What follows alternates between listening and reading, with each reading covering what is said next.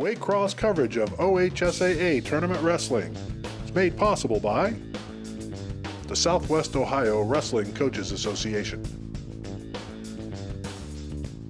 Dan Starkey, Klein Residential,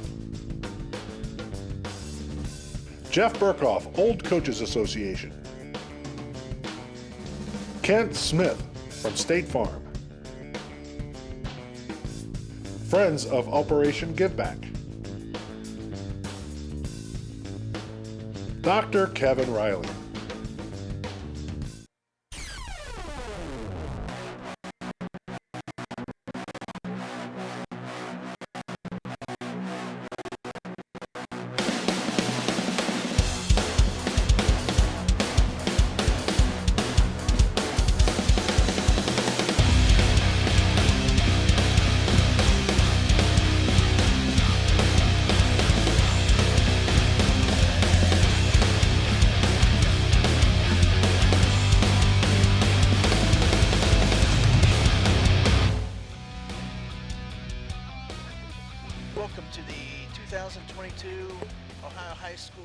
Association District Wrestling Finals here at Kettering Fairmont High School.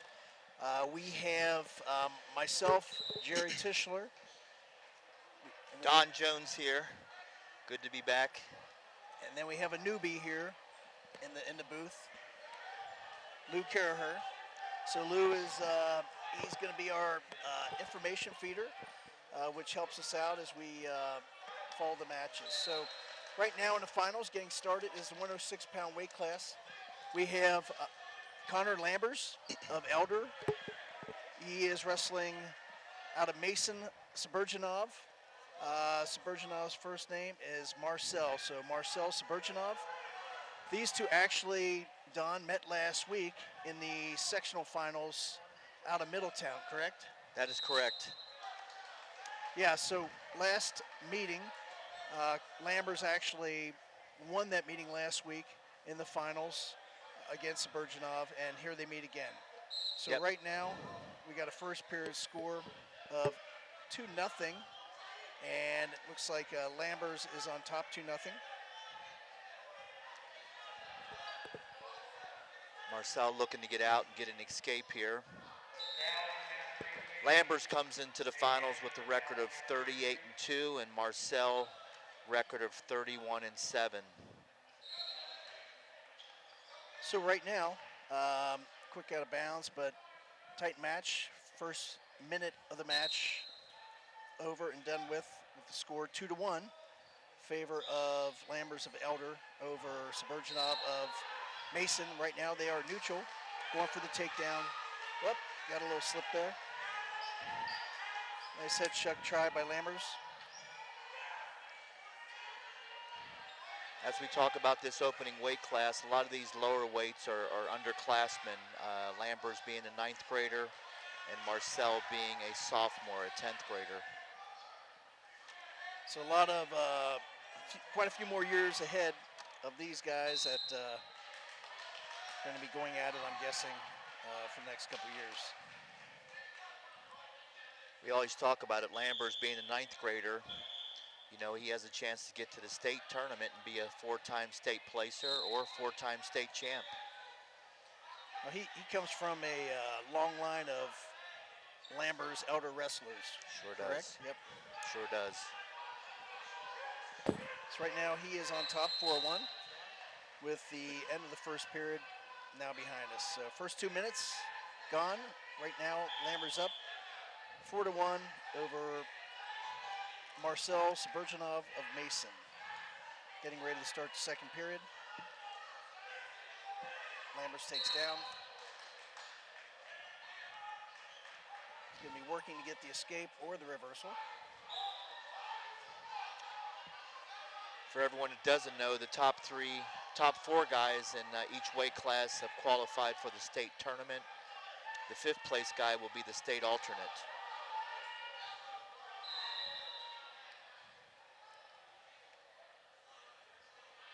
So right now, when we look at team standings, we have LaSalle actually is in first place. LaSalle brought to the tournament 10 wrestlers, and they have actually qualified 9 of those 10. We have team scores right now. LaSalle has 175.5 going into the finals. Moeller second at 152. Springboro at 111. Centerville 99. Elder 94. Lebanon 89. So fairly tight race. It looks like LaSalle, is putting pretty much a chokehold on this tournament, but based on our calculations, Moeller could still feasibly come through and still take the title. Yeah, Lampert's got a reversal there, making that score to 6-1. He's on top.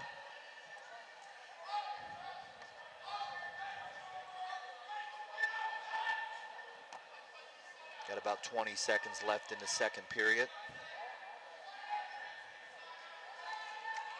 And Saburjanov of Mason will have his choice going into the third period.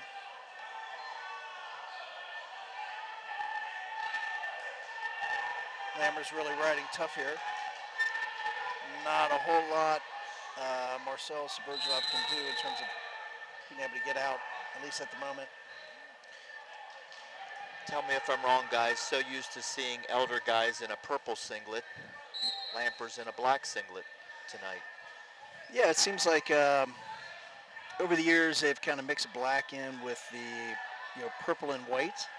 I think just to kind of put together a special singlet or a finals singlet, to maybe kind of set it apart from their typical tournament singlet or dual meet singlet. I know I coach at St. Xavier, and I know St. Xavier has done that also. Yep. Another takedown there for Lambers, making it 8-1.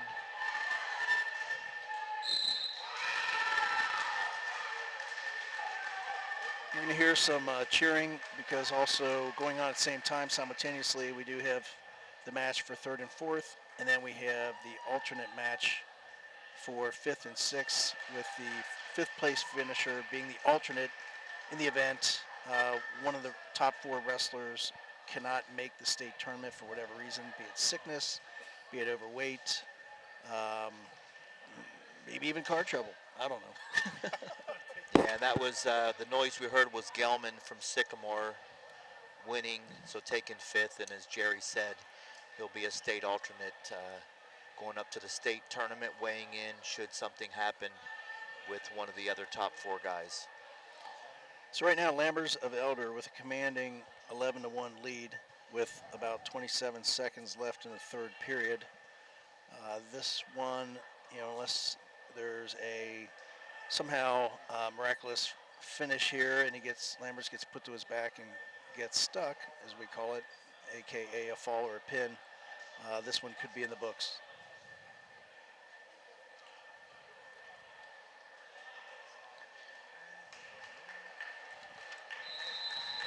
And you have your champion at 106 district finals, Connor Lambers, freshman, Elder High School. That takes his record up to 39-2 entering into the state tournament. And Marcel going into next week with a record of 31-8. Pretty impressive records. Right now, we have coming up at the 113-pound weight class, we have Holden Hume. He is a freshman out of Lasalle with a record of 28-6, and he is actually going to go against Joey Thaman. Thaman of Elder. He is a freshman out of Elder with a record of 16, so 33-13 record going into this match. Holden Hume, actually the sectional champion out of the, was that Dakota East? Yeah, Dakota East sectional, and Joey Thaman out of the Middletown sectional. So Yeah, we got a battle of freshmen here. So again, these guys both qualifying for the state tournament.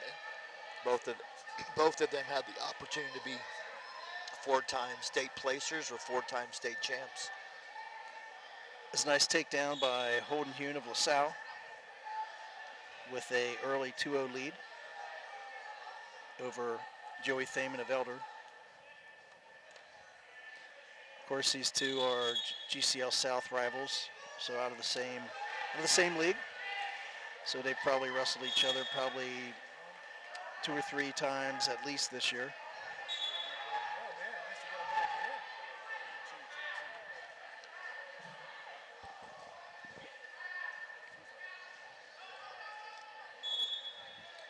Right now, Holden Hume riding tough. He's on that spiral ride. Joey Thaman of Elder having a hard time getting up and out.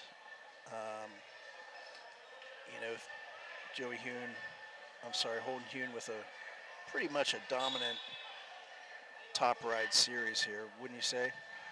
Yeah, looking good there on that ride.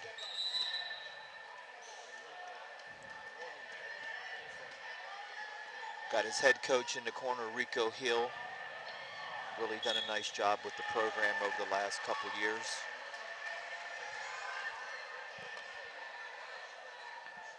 And 19 seconds left here in the first period.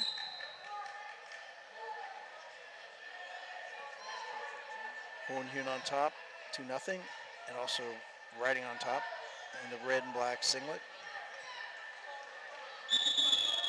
Just glanced over for the 3rd and 4th place match. Jarrett Johnson from Moeller won that match. Good job for Jarrett.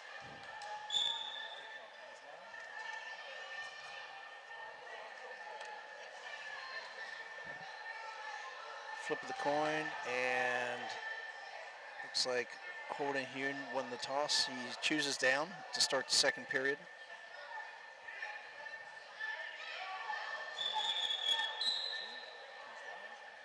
And he gets a quick escape, sit out, turn in, stand up, 1-point escape. Making that score 3-0. That's the goal, Jerry, right? Get out from the bottom right away. Don't let that top guy suck your energy. Get back on your feet and work to get another takedown. Yeah, absolutely. Sitting there for 2 minutes with 113 pounds on your back, that's going to wear you down. Get up, out, and get on your way to the takedown. You have a nice scramble here going on. A lot of limbs locking up.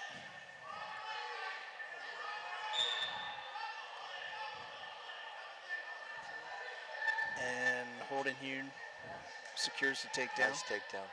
Jerry, we talked about it over the years. These freshmen coming in, they already have been wrestling hundreds and hundreds of matches through youth and junior high. So they're coming in as freshmen ready to win a state title. Absolutely.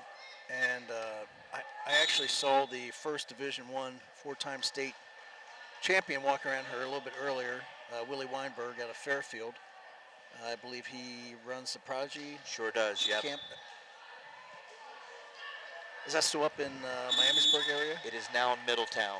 Okay. Right, we're up at Power Station Gym. I do my Team Jones stuff along with him, and Willie's awesome. He is awesome, awesome, awesome. We got a nice plug in there for Team Jones. I like it. Perfecting the basics. That's what we do. Just work on perfecting the basics. And you are, is it strictly grade school? I do junior high and high school kids, but my niche is youth kids. And getting them ready, have the foundation set to get into junior high and high school and have good stance, good shots, good sprawls, good stand-ups. And how many of these wrestlers that we see here today, about how many of you actually helped coach? I've been around a ton of them, Jerry, believe it or not. I've been around a ton of them or seen them at youth tournaments over the years. Nice. Yeah, I've noticed quite a few come up to you during sitting up here, saying hello, and the parents saying hello. And yep, feels good. Feels good to see those guys reaching their goals. Did you ever coach a young man by the name of Luke Harraher? I remember Luke when he was young. I remember when he was young, and he's hard to forget. I think Lou and I rolled around a little bit over at Lasalle Open Mats a number of years ago. So Lou can probably tell us how many lights are in that gym. No, Jerry, I believe you perfected the headgear pillow. I do have a patent pending on that. I heard you were installing sunglasses as well. Well, So the lights can be bright. Yeah, that's the true. lights can be bright, yeah. Yeah, especially next week at the state tournament. So right now, Holden Hume with pretty much a commanding lead over Joey Thaman of Elder, sitting at a 7-0 lead with a minute and a half to go in the third, which is the last period of the match. I wanted to get your guys' opinion on this. I know you're a little bit of old school wrestling. What do you think about these two-piece singlets? You know, that's interesting. Supposedly it was going to help, take away some of the young men weren't going to wrestle because they didn't like the singlets. Maybe they're a little bit, revealing that they may think, or their moms may think. And so, honestly, I have not seen all that many, still showing up. It is an option. Typically, all the kids across Ohio have that option. Yep. And we see Holden Hume of Lasalle. He's wearing one of those two-piece outfits, singlets. I'm not even sure what they're called.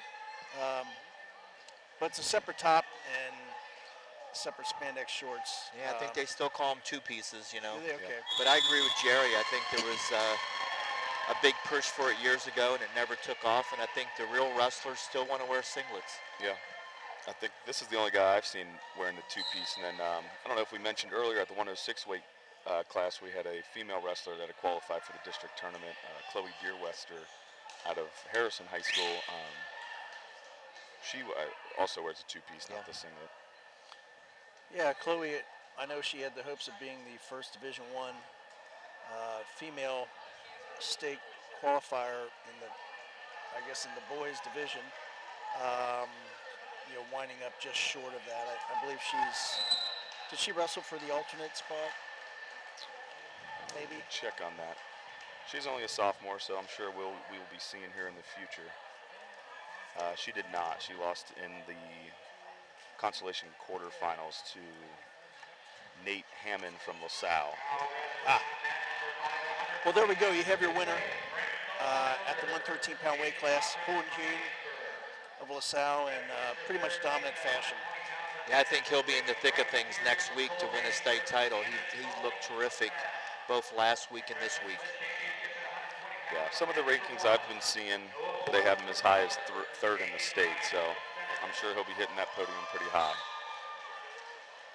Rolling into 120 here. We have Noah Moreland out of Butler, so he is actually I believe he's in the white singlets. And his opponent, Damian Ryan, out of Centerville. And actually, these two met last week in the finals of the Centerville sectional. So, it's not unusual to see out of a given sectional that might be a little bit tougher than the other sectionals at that weight class. It's not unusual to see the 1 and 2 finisher wind up in the finals at districts. Yep. Yeah, Moreland comes in with the record here of 37-7, and Ryan at 34-4.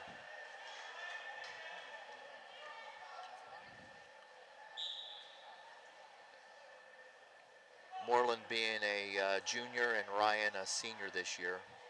We've seen them over the years, and Ryan's been in the thick of things every year at this district tournament. Yeah, it looks like Ryan has not really had a tight match throughout the tournament. He pinned his first opponent, Kobe Sanders out of Edgewood, and then he tech-falled his second opponent, which was Bryce Sears out of Colerain. And then in the semis, he had Cochran from Miami's Byrd, who was a 33-2 record, and he dominated him 7-0 in the semis. So this could be this is an interesting match right now. It's a close match, 2-1. So the closest match Damian Ryan's had in the tournament. And looking back over past state results, it looks like Damian Ryan is a returning state placer, placed 5th last year at 120 pounds. He was in the semifinal match, lost a close bout, 3-1, lost in overtime, and then lost again in the wrestle back, and ended up placing 5th. Nice. I haven't heard where he's going to college, but I'm sure he's going to wrestle in college and do well. Yeah, so what is the lowest weight class in college? Is it 125? It is, yep. 125, so he's wrestling here at 120, so yeah, he would be primed to move right into a 125 position in the college level.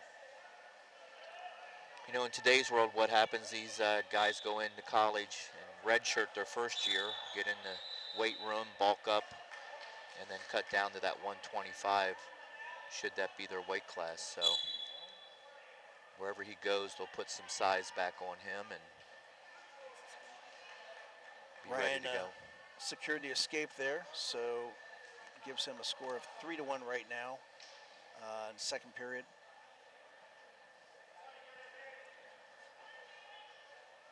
Again, Ryan in the black and gold singlet. Noah Moreland out of Butler in the white singlet.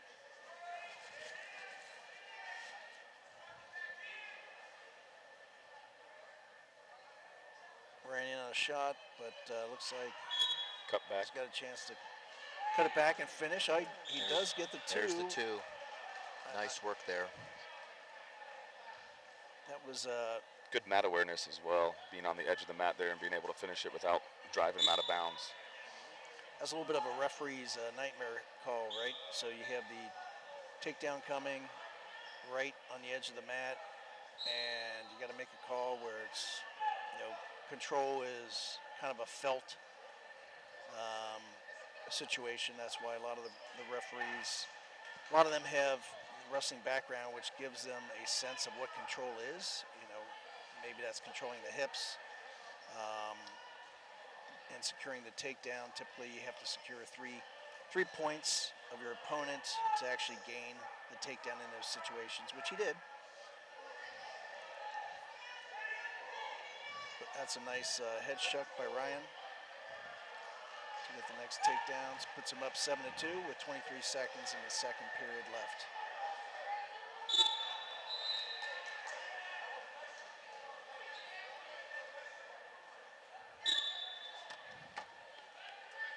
Good mat awareness for Ryan. Looks like, with 8 seconds left, he's just going to keep him down, finish up this period.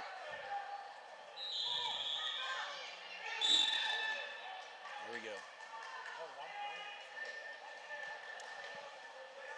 So I know we're only covering the championship bouts, but the 3rd and 4th place matches are very important as well this week, because next week, based on how you finished here, is how they match you up against the other districts in the state. So if you get 4th at a district, you're going to be going up against a district champ of another district.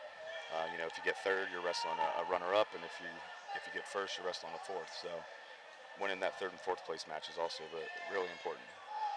Yeah, absolutely, and it's all about kind of matchups that give you the path of least resistance to place at state. Although I don't know any path of least resistance at the state level, to be quite frank.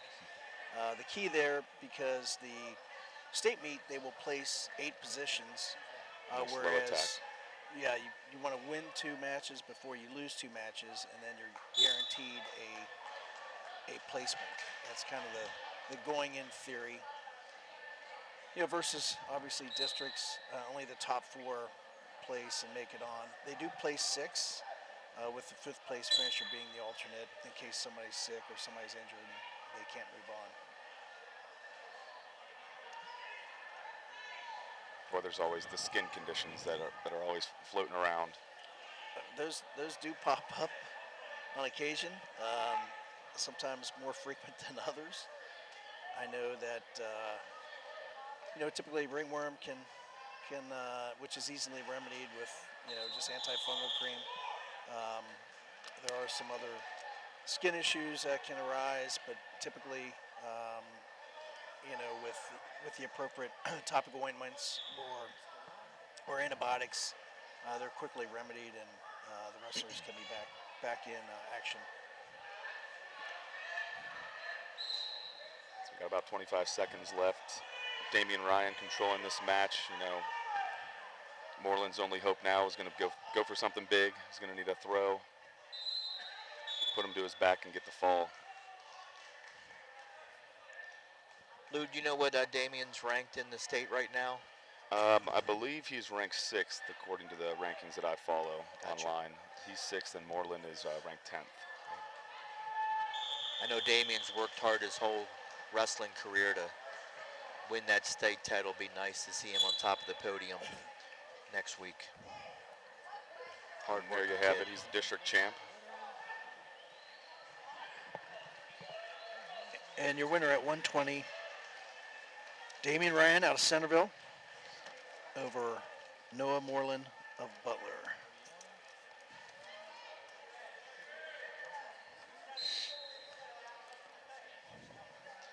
Coming up next at the 126-pound weight class, from Moeller High School, we have freshman Landon Murphy. Landon comes in with a 35-10 record. He is going to go against Luke Akuna out of Centerville. Luke is coming in with a 34-6 record into the tournament, and Luke Akuna, actually, I believe this will be his 4th state qualification. Is that correct, Lou? I'll have to check that out. He is a returning state placer. He finished 8th last year at the state tournament. He was a district runner-up last year. Right, and I believe, if I read the records correctly, that with his finish here, he's already in the top 4 qualifying for state, that this is his 4th year in a row of qualifying for the state tournament. So, yes, you are correct. So, Centerville has 2 individuals, Damian Ryan, who we just saw win his district championship, and Luke Akuna is also seeking his 4th. Yeah, and that's Landon Murphy. So I look at it too, Landon, but I've known Landon since he was a youth wrestler, and Luke Akuna as well. These were guys that I've known since they were young, and always hard-working guys. Now I understand why they're here. I know London's found some great success in youth and junior high at the state tournaments, always doing well. But one of those guys that tends to wrestle year-round, and coming in as a freshman, he's won a lot of wrestling over the years.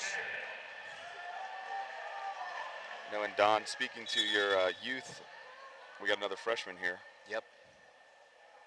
Facing off against a senior. Pretty much a quick takedown there by Luke Akuna out of Centerville. Throws in the boots, so the double parallel legs, as we call them, or short legs. That was in a cross-body ride. And look for these 2 to hit the podium next week as well. Both ranked in the top 8. Yep. Akuna number 7, Murphy number 8. So depending on how that bracket plays out, the pairings will come out probably tomorrow morning. You guys have been around. I think, London's one of the reasons why, Moeller's making sort of a resurrection of getting back into the top tier of Cincinnati teams, as well as some of the top district teams. Absolutely. They have a great guy at the helm as well, Jermaine Lindsay. He's a state champ himself and an All-American in college at Ohio University.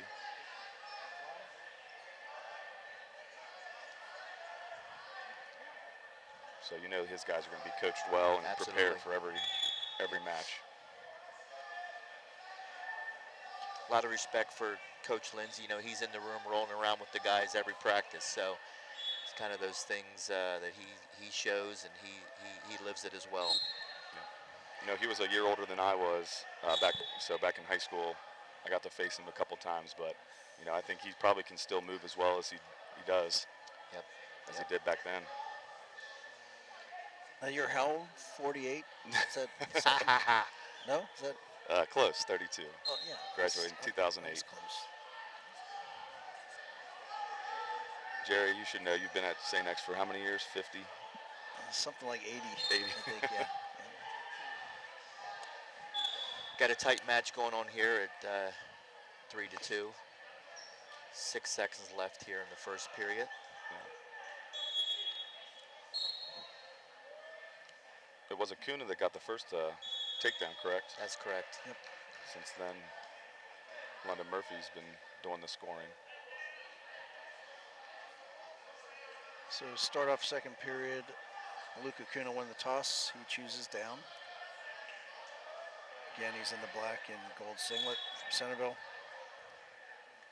against Landon Murphy out of Muller. So you have the senior versus freshman matchup here. It's kind of interesting. I mean, some of these freshmen, they don't really look like freshmen. You know what I mean? They Right look about that. very experienced. You know, you can tell they've been working out. So they got the physical strength also.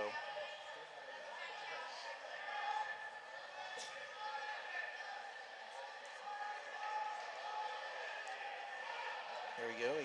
He secures a reversal. Making that score 5-2. And he decides to go takedown, so Akuna kicks out Murphy to go takedowns. Akuna in on a shot. Don, you might know better than I do. Murphy, is he a guy that likes to shoot from distance? Doesn't look like either of these guys like to tie up a whole lot. No, he likes to shoot from distance, and everyone I talked to said he has a funky style. Yeah. And he did as a young wrestler as well.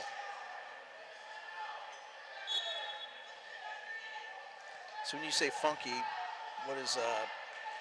is he funky off the bottom, neutral? No, just with his takedowns. He's in on a shot, and you say that he's not going to finish, and he finds a way to finish the shot.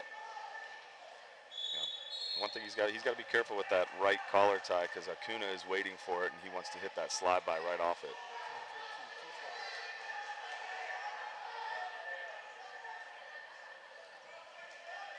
In terms of rankings in the state, where do these two net out? 7 and 8. 7 and 8. Yep. With Akuna being 7. So right in there. I mean, right in the mix. Again, there's nothing, I guess, you know, sacred about the rankings. The rankings are essentially a quote-unquote expert's, you know, opinion about, you know, when he compares different wrestlers across the state and based on head-to-head competition and different tournaments. Nice low shot there. Yeah, he comes up with a ranking just to, you know, it makes interesting reading, you know, on yappy.com or for pre-tournament prognostication. I know a lot of the wrestling community, they like to try to figure out and make their picks almost like the NCAA tournament of who's going to make their way through the tournament, who's going to win the bracket, who's going to win a state, who's going to place it, you know, et cetera, et cetera. So. Yeah, Jerry, by the way, we didn't get to pick our finals picks. Well, I'm 100% right now. I believe I picked. You just have to trust me on that. I picked all the winners so far. They're on my bracket here. They're the ones circled.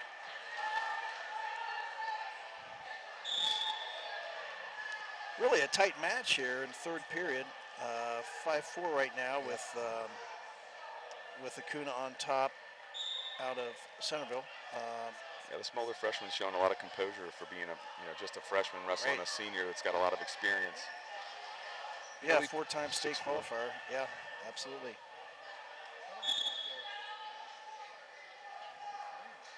Well, these two might meet again next week then. That's right. That's right. And we did get a penalty point there, actually, for fleeing the mat. Akuna in on the legs again, dumps him once he gets that hooked. He's looking for two more here. He hasn't awarded it yet. Right there, he's got control. There it is. Oh, and now, there it is.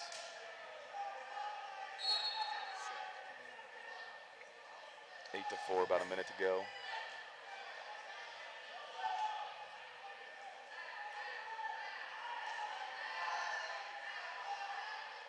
kind of a tough deficit to overcome here, but you know, Murphy is he keeps moving. Yes, he does. Does not give up. Keeps fighting to the He's point gonna where cut him Akuna is here. just going to let him go. He's going to cut him, so there's no crazy scrambling where he would end up on his back. Right. Hence the funky style, right? That's When, right. That's you know, it's right. hard to predict. He's got some time here, 30 seconds, but he's got to get going. He needs a takedown, cut, and another takedown. You think he's going to zig and he zags, you know, that type of wrestling. Yeah, he's just going to hang onto that prowess. leg and waste a little bit of clock. Smart, savvy wrestler there, just locking in there. He doesn't have to do much. He's not in any danger. He should either get hit with stalling here or Stalemate or out. stalemate. Yeah. You Just know, let him if hang you- onto that leg for a while. If you're just hanging on and not trying to finish, they should absolutely call should, it. yep. Yeah. There he got two there, but right at the whistle. 8-7 final. Wow. Good match. I agree, guys. Both these guys should be in the thick of things if they wrestle well next week. A great match. I'd and, also be interested to hear where Akuna is going to be looking to wrestle next year. Yeah, if he haven't heard. plans to. Yep. Moving on to 132 here. 132, we have Jack Mccall. He's a junior out of Lebanon High School. He is currently coming in at 29-7, and he won his sectional, the Lebanon sectional, last week, and he's going against one of the other sectional champions out of Middletown sectional, Drew Magnus, a senior out of Elder. His record coming in is 35-8. So this should be a tight match. Yep, should be.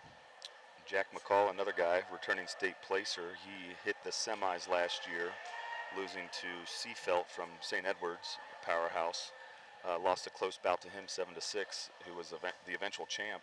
And then McCall looks like he lost again in the Conso semifinals and then took 6th place, losing to Damian Ryan, who we saw earlier this evening. So he took 6th last year at the state tournament. Overtime on mat 3 for 3rd place. That's Eli Marengo.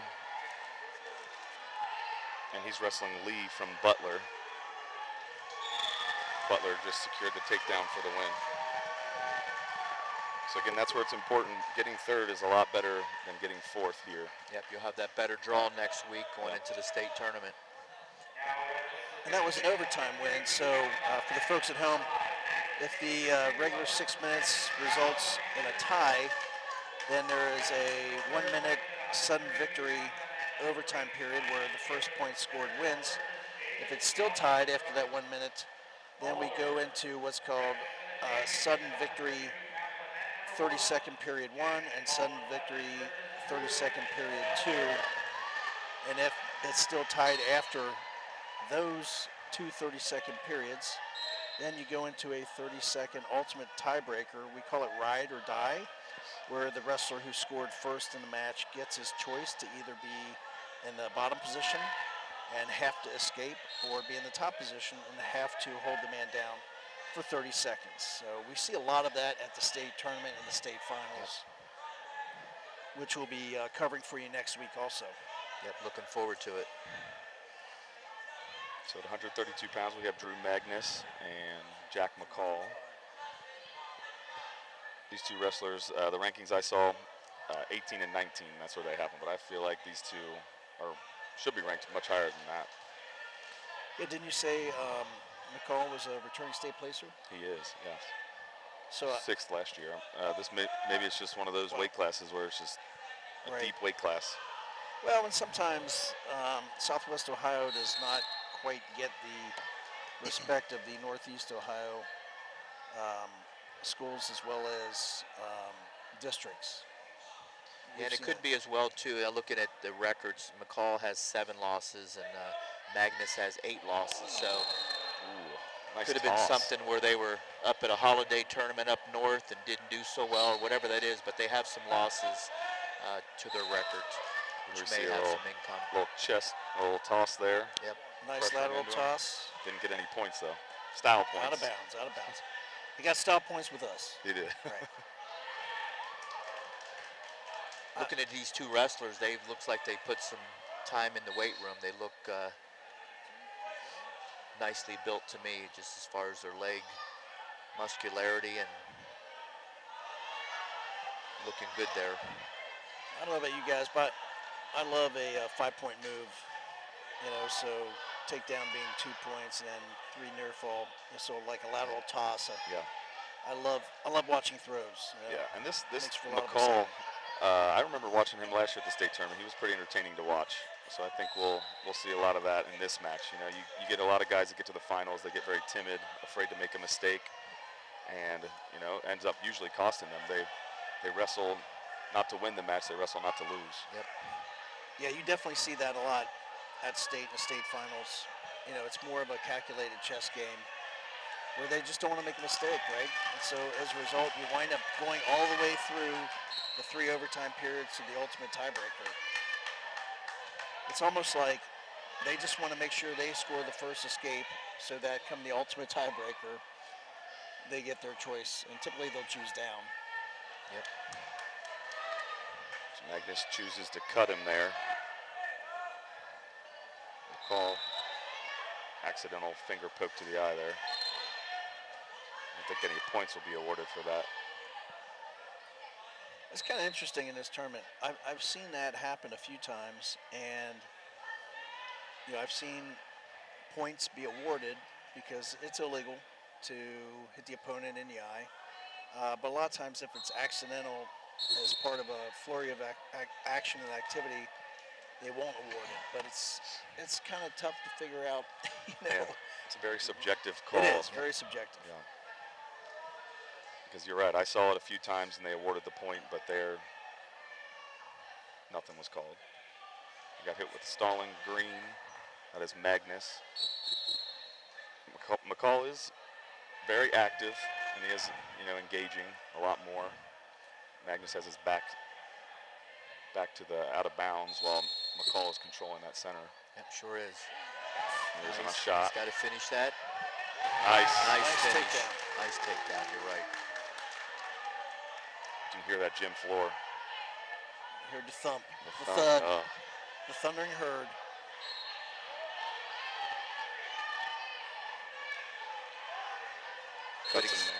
Good escape there for Magnus. He's back in on a shot. Kind of stopped his momentum though. He had it and then he didn't improve his position there. Now he's kind of in a scramble. Mccall trying to use his leverage. He's got to pinch his knees there. Just got to watch he doesn't hit the scissors.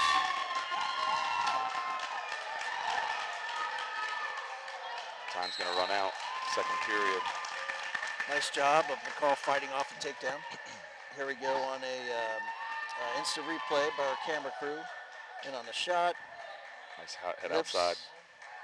Finishes, kind of reverse angle finish, right? I mean, typically you take him aside of the head, but that was a innovative finish.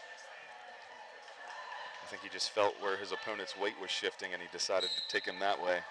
Kind of your path of least resistance theory, Jerry. Makes sense to me. The path of least resistance. Exactly. He took his post leg away, so he had nothing to put his foot down on. You got to be careful you don't slam the individual in that case. Typically, you have to come down with a knee first, which he did, so there was no slam. It was a thud, just not a slam.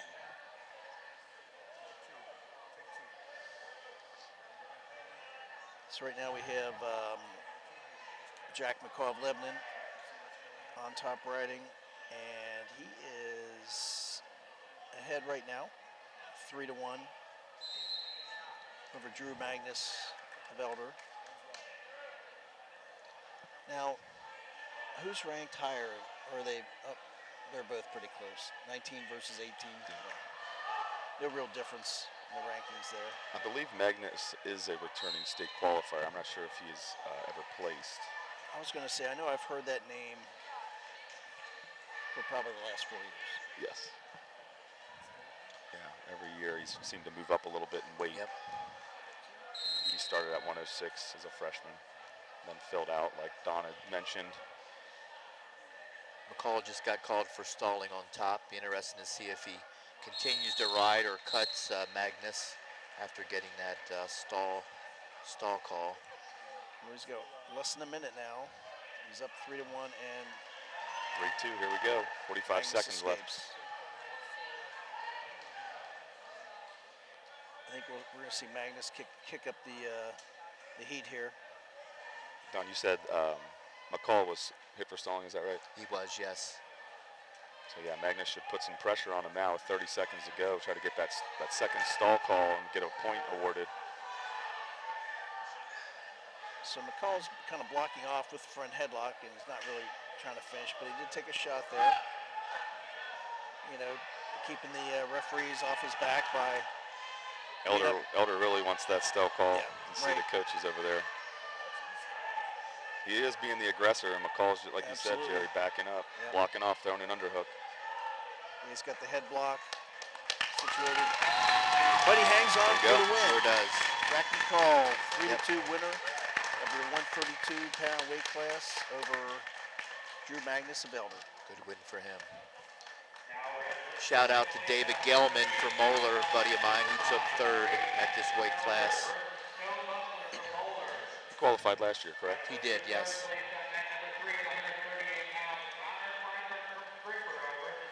Coming up at 138, out of Middletown with a record of 32-4, we have Jacob Castillo Jr.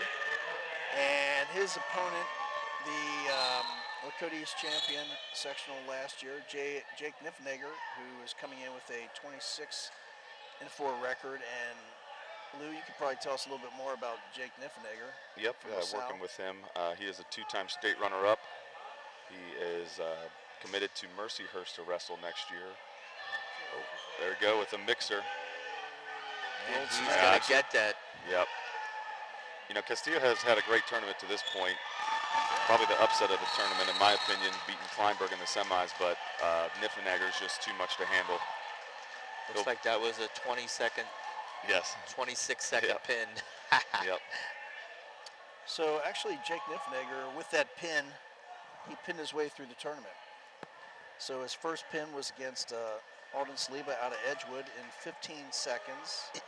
Second round, he pinned Ty Harder out of Loveland in 3 minutes and 20 seconds. And then he pinned this last round, Butler out of Boozler out of Muller. I don't have the time. 2 minutes or 26 seconds? No? I think it was about 5 minutes and 14 seconds. Okay. He almost made it the full match. Right. That win also making Jake Niffenegger a 4-time district champion. Wow, that's pretty impressive. Yeah. He's a tough competitor. You know, I know you work with him. I remember him when he was young and kind of a pit bull his whole life. He is, yeah. I'm excited for him. He's going to go up there and wrestle with, you remember Dylan Walker? Absolutely. From LaSalle. Yep, worked with him a lot as well. He's doing some great things up there at Mercyhurst. He is. Actually, there's a few LaSalle wrestlers that'll be joining him as well. Mercyhurst is basically just being the graduation of LaSalle wrestlers. You got Dylan Walker there. You have Jake Niffenegger going there next year. Chase Stein, who we'll see later, at 175 pounds, he's going there as well. There were rumor mills of Darnay Hurd, another LaSalle wrestler that might be transferring, but not sure on that. I'm a Pennsylvania guy, so clearly. Yeah, so the third place match is Connor Kleinberg of Springboro, and his opponent is a Fairfield wrestler, looks like, Tanner Bierman. And it looks like right now, Bierman is down 2-0 with the start of the second period. Again, this is the third place finish match, both qualifying for state already. Kleinberg was a district runner-up last year. I believe he lost to Niffenegger in the finals. Yes, he did. Yep. And that's what I was saying before. Castillo's had a really great tournament.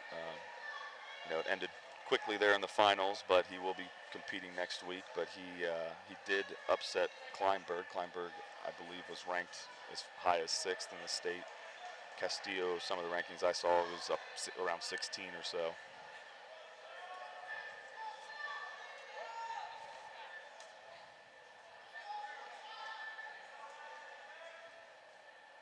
Kleinberg's another one of those family names, too, that you hear out of Springboro.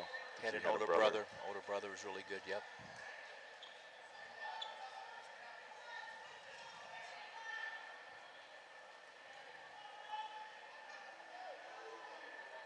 Looking at the team scores as well, quick update. Lasalle's in first with 187.5. Moeller is in second with 156 points. Springboro in third with 113 points. Centerville 107 in fourth, and then Elder rounding out your top 5 with 101 points. And I don't believe Moeller will be able to catch Lasalle at this point. Lasalle's going to wrap up another district title. But good run for Moeller. Absolutely. Looking at that, I don't know if Jerry, you mentioned this earlier. LaSalle sending 9 wrestlers to the state tournament, and Moeller, I believe, is sending 7 wrestlers to the tournament next week. Pretty impressive. Yeah, I mean, and just kind of for perspective, when you look at all the wrestlers, I mean, if you think through this, 16 wrestlers qualify for 14 different weight classes. So, and you think about, well, the odds are pretty good that you can get quite a few kids out of districts for the state meet. I'm sitting here looking, and Butler had 9 wrestlers here at districts. Only 2 made it out to state. Centerville had 10, only 4 made it out for state. Elder, they had 10 wrestlers qualify. Only 3 are going to move on to state next week. You have Miamisburg. They brought 11 wrestlers, and they have only 1 that's moving on to state next week. I mean, it's a tough meat grinder of a tournament, districts. The only one I would say that really is counter to that pattern is LaSalle. I mean, LaSalle brought 10 wrestlers, and they qualified 9. It's unbelievable. With one having an opportunity to be an alternate as well. Right. So the one that didn't automatically qualify still has an opportunity to be an alternate. And again, alternate filling in the case of somebody getting sick, or maybe coming down with a skin lesion of some sort, or any number of reasons why not making weight. And a variety of other reasons. We talk about it, iron sharpens iron. So you get in that LaSalle room, and you got 10 guys who are state qualifiers, state placers, and they have awesome workouts, Absolutely. You get a group of kids that just on the same mission, and it makes everybody better. That's right. I do remember a few years ago being in the room with Jake Niffenegger when he was a freshman, and I don't know if he was able to score a point on his teammates there, because he was right there in the thick of it with Lucas Byrd. You had a bunch of other guys, Dustin Norris, all these guys around that same weight, and he was a freshman back then, so he was, iron sharpening iron, and you see the results of that. Kleinberg in charge of this match here at 8-2 with about 15 seconds left. Well, gentlemen, I'm going to I actually have a wrestler coming up here, not in this weight class, the 144, but the one after that, the 150-pound weight class. We have a young man, Luke Conway. He's wrestling to be the alternate at the 150-pound weight class. So I'm going to head down there and leave folks with the 2 gentlemen here next to me. So. Alrighty. Yeah, we'll take over, Jerry. We got to me, one of the most exciting matches coming up with Absolutely. 144 pounds with McLean Morency from Anderson coming in at 37-3, and my buddy Eugene Harney from Sycamore coming in at 35-3. And these 2, I believe, met a week ago. Is that correct? Yep, they sure did. Harney winning 7-1. And then probably closer than the score indicated. So see what happens here. Love both these guys. We have McLean Morency, he's a junior. Eugene Harney, a sophomore. Harney already in on a shot. Finishing, there's two. Quick escape. These guys are very physical as well. They are, yes they are. Totally different styles. Eugene likes to stay down on that one knee. And I think the goal for Morency is to get him back on his feet, not try to wrestle him down on that one knee. Yeah, and you said it, this was the highlight bout of the night. You know, in the past, I think they've kind of shifted the starting weight class to kind of highlight one bout, so I was wondering if they were going to do that tonight with this one and kind of end on this high note. But I don't mind getting it here in the middle. We have a bunch of other matches coming up that'll be entertaining as well. Sure do. He goes a 2-on-1 front headlock.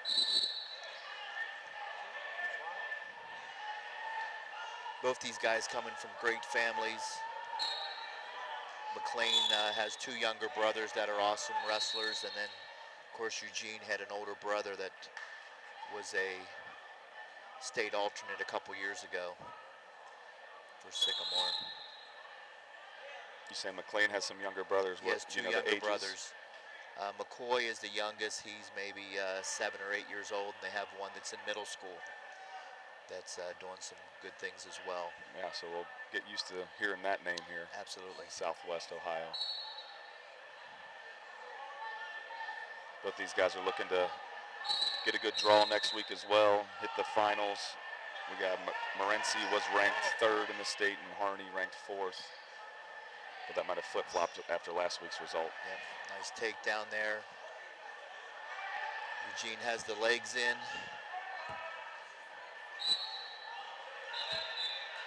Four to 1. He's going to look to finish out the first period on top there with a 4-1 lead.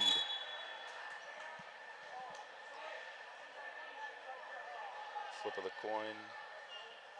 Morency's choice, he defers. Harney chooses down. He's going to try to build on that lead.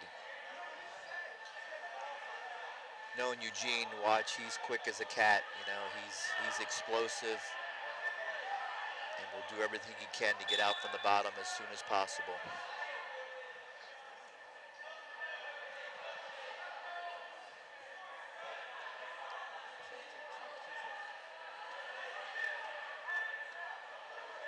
Morency working on a bar, but he got out a little bit out in front there. Recovering, now he's faced.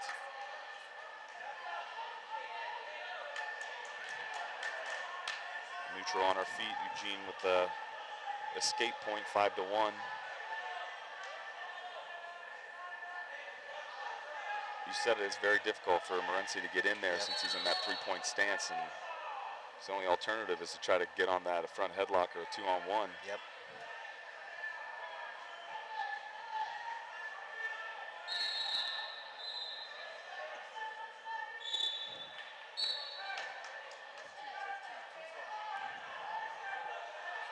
He's got to find a way to get 2 here, get back in the game a little bit, making it 5 to 3. But right now it's 5 to 1. Yeah, he does. He's got to get on him and get on that front headlock if he's going to be staying down in that low stance, because otherwise his legs are susceptible to low shots. There's a nice shot from space. Got to finish that. Very quick trying to table it up there, but good defense by Harney. Wow.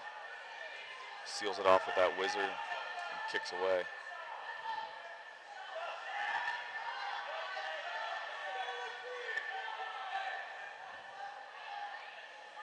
Ooh, very quick misdirection shot.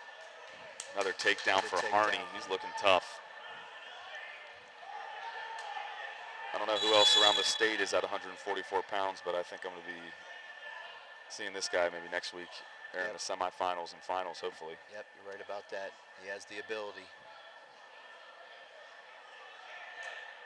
We got a replay of that nice shot. He tried to kick and roll out of that, but he secured that leg pretty tight. We have some blood time green.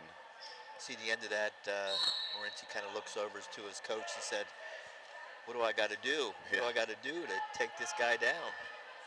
You said he's as quick as a cat, and he showed it there with that quick misdirection shot.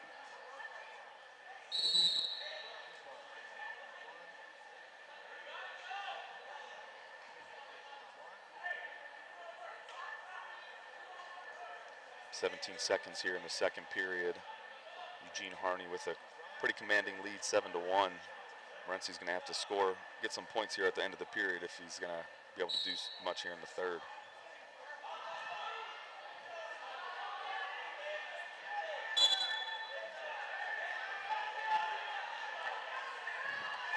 Oh, here we go, some action. Nice roll. He's got to break apart to get his one. Wow. Thought he was out just when you thought he was out. Holy cow. Good movement there.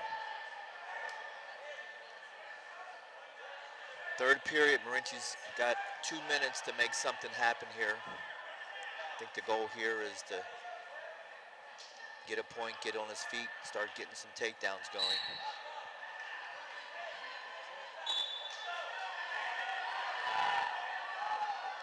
See how he works that right side and then tries to disguise it and throw that leg, that boot in on the other side. Morency looks like he likes to hit a lot of those Granby rolls. Get some separation. There we go. He's out. There's that one. Down 5 here. Plenty of time to make something happen. He's got to be careful. There it is, walking into a shot because Harney stays so low. Yes, he does. Now we're in a scramble situation.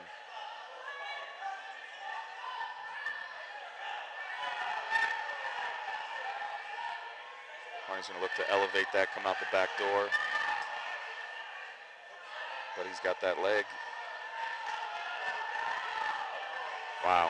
Oh, and now he's, look at that. There we go. That's what we're talking about. He's just chipping away at that, getting a little bit closer. It's a nice exchange there. Good defensive wrestling.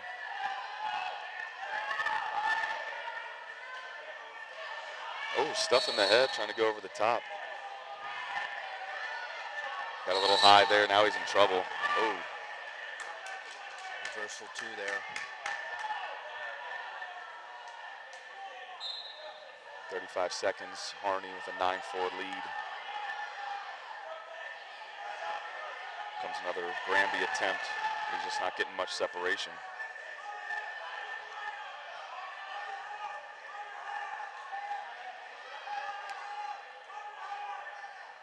Harney's one of those guys always for 6 minutes looking to score points. About 10 seconds left here in the match.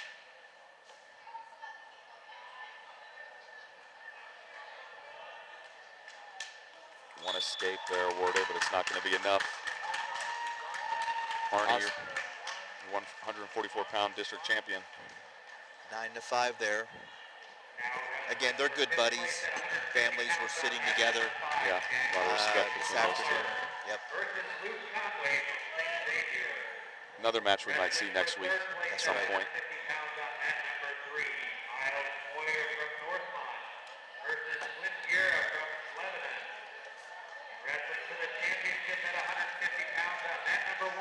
Yeah, we're moving on to the 150-pound weight class. Got Jack Willen. He's a sophomore from Lasalle, coming in as a record of 16-7. Got Timmy Smith, Tim Smith from Colerain. He's a senior, coming in at 29-3. We've heard that name Tim Smith for years. He's been around, right? He has. You're right about that. Last year, I was just looking, he is a returning state placer. Placed 8th last year at 145 pounds. This year, the weight classes are a little different. Changed him up a little bit, but here up at 150 pounds. He is ranked in the state as well. He's ranked 8th in some rankings. Willing, a sophomore. This is his first trip, going to be his first trip to the state tournament.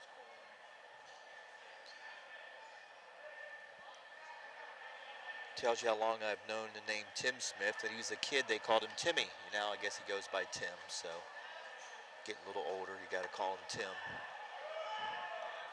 And he has a sister that I believe that wrestles. Is that true? I think you're right, yes.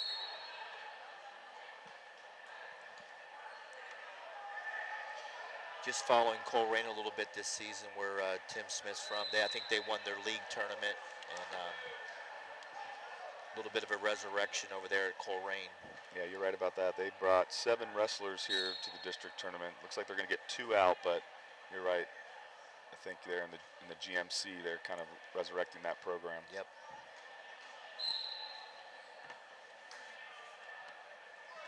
Minute to go here. Score still 0-0.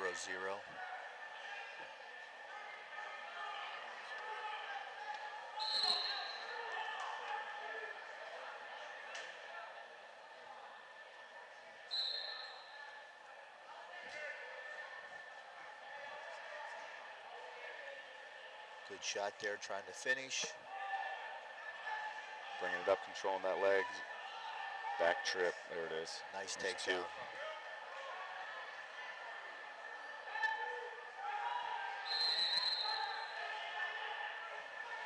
Timmy Smith's a senior.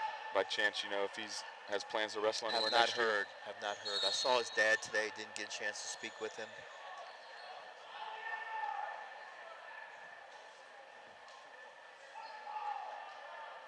Again, Lou, you know, we talk about, I'm a big youth guy, youth wrestling guy. You know, you see these guys who started when they were 5, 6, 7, 8 years old and put their time in, and now they're reaping the benefit. Yeah, I'm sure it's very cool from your perspective to see that, see these guys grow up together.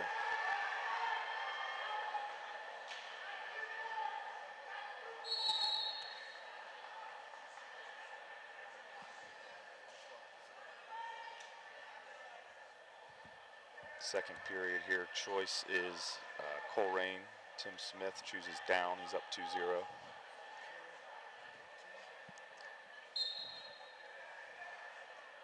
Yep, his goal here is escape, get 1, make that score 3-0. Stalling red. It's an interesting call there. I think that was for pushing him out. Yep, I think so.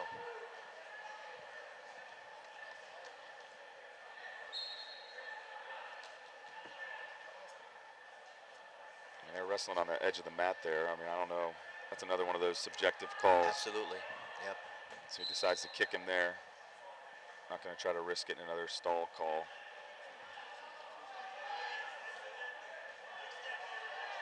See that official there, the great Elliot Spence. Oh, yes. No Elliot, man. He was an awesome wrestler, both in high school and college. Doing an awesome job officiating here the last couple years. He is. It's real nice to see, you know, old wrestlers come back and give back to the sport, either whether that be coaching or referee.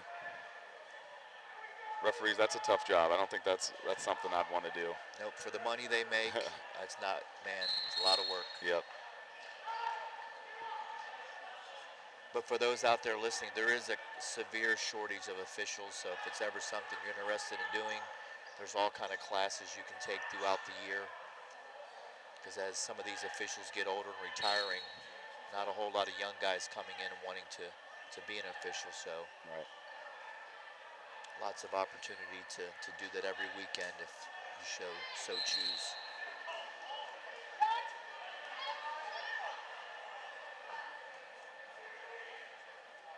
I don't know how they decide on the state referees. Is there some kind of process for that? I believe there is. I know that's always a sought-after event to be invited to. Yep, and I want to say it may be voted on by your fellow officials. Sure.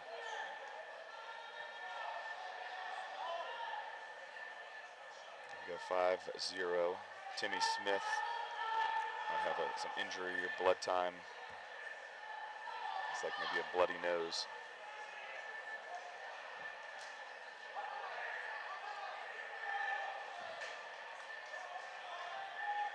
Good crowd here today, up here watching the It is, yeah. Division I district. It's been a good crowd all weekend. I'm excited to get back to the Schottenstein Center next week. It's going to be exciting, Last year divisions all split up and they were at their own separate high schools. We were at Hilliard Darby last year for the Division I championship. Year before, obviously canceled because of COVID. Yep. So I'm very excited to get back to the Schottenstein Center. Always one of my favorite events. And for you out there listening that not aware, there's a Division I, II, and III. Division I obviously being the big schools, and Division III being some of the smaller schools, and of course Division II being kind of in the middle there. So right today we're just following Division I district, but no, there's 2 other locations going on right now to name the qualifiers for Division II and Division III. And we'll be following those other Cincinnati schools. Is that correct? Next week? Yes, we At will the state be. tournament. Welcoming Jerry back to the booth. I'm back. How'd your wrestler fare? I coached our kid to victory, our young man. He received a injury default from his opponent. So That's awesome. yes, so I can take claim to that victory There we through go. Coaching. State alternate. We coached him on how to stay healthy. Yes, correct. So anyway, And a win's a win, right, Jerry? what is a win? So now he's a state alternate, and in this world of sickness and skin things and injuries and this, that, and the other thing, I like his odds of slipping in as an alternate. Yep. Yeah. Not to wish any ill will on any of the other wrestlers, but I like his odds. So And he's only a junior, so he's got another crack at it next year if Correct. this year's not going to happen. yeah, he lost 2 heartbreakers, one in the semi, and by a last second point, and then one in the match to qualify for the top 4, and the last second brawl, brouhaha, by the side of the mat. So Yeah, as we finished up that blood time, Smith's clearly in charge of this match, 5-0 with about a minute to go in the 3rd period. So And there's another takedown, 7, making the score 7-0. In control here, under a minute. So Jack Willen of Lasalle, sophomore. That's right.